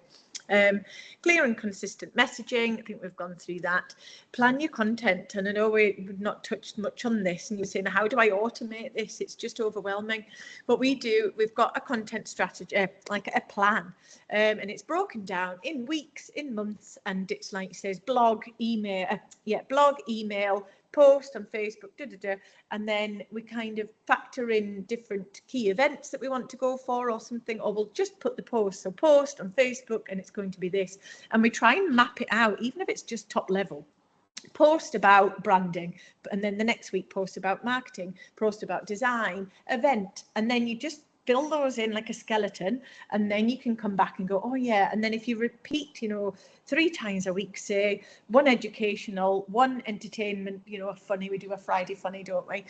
We try. And then it might be, you know, something that's about a client piece of work or a great project we've worked on. So if you think and you map out your little content pillars, which is like just pockets of content that you want to talk about over and over again, and then just drop them into this calendar, and then it soon builds up, and you soon think, oh, I actually know what I'm doing. So on a Friday, you're not panicking, you know exactly what you're doing. And then we try and post, you know, a month in advance, but you know, even if you got to the point where you could automate them a week in advance, it gives you a little bit of time. And automate emails as well. You can always set up your emails a month in advance and just say what time and day you want those to go out. And then look at what's working. There's no point, is that insanity? No point doing stuff that just doesn't work. If the channel doesn't work, just, you know, just stop it.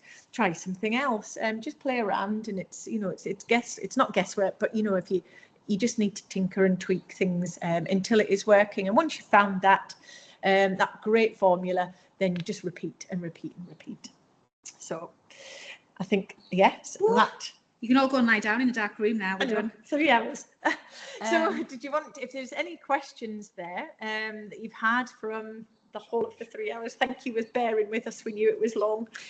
Yeah, we did do it specifically like this because repetition is important for you to understand the process, but you've got workbooks which we will send at the end of the week. You've got the video so you can stop it, so you can use this over the next couple of months really. It wasn't for you to go away and then just learn it all immediately. Oh, there's a lot of information. Sorry, I know. You'd be like that. I'll probably overwhelmed you even more. But I think the workbooks will help because they just break it right back to just top level again, and really simple steps for you to take. So hopefully it'll benefit you. Just be consistent. Thanks, Luce.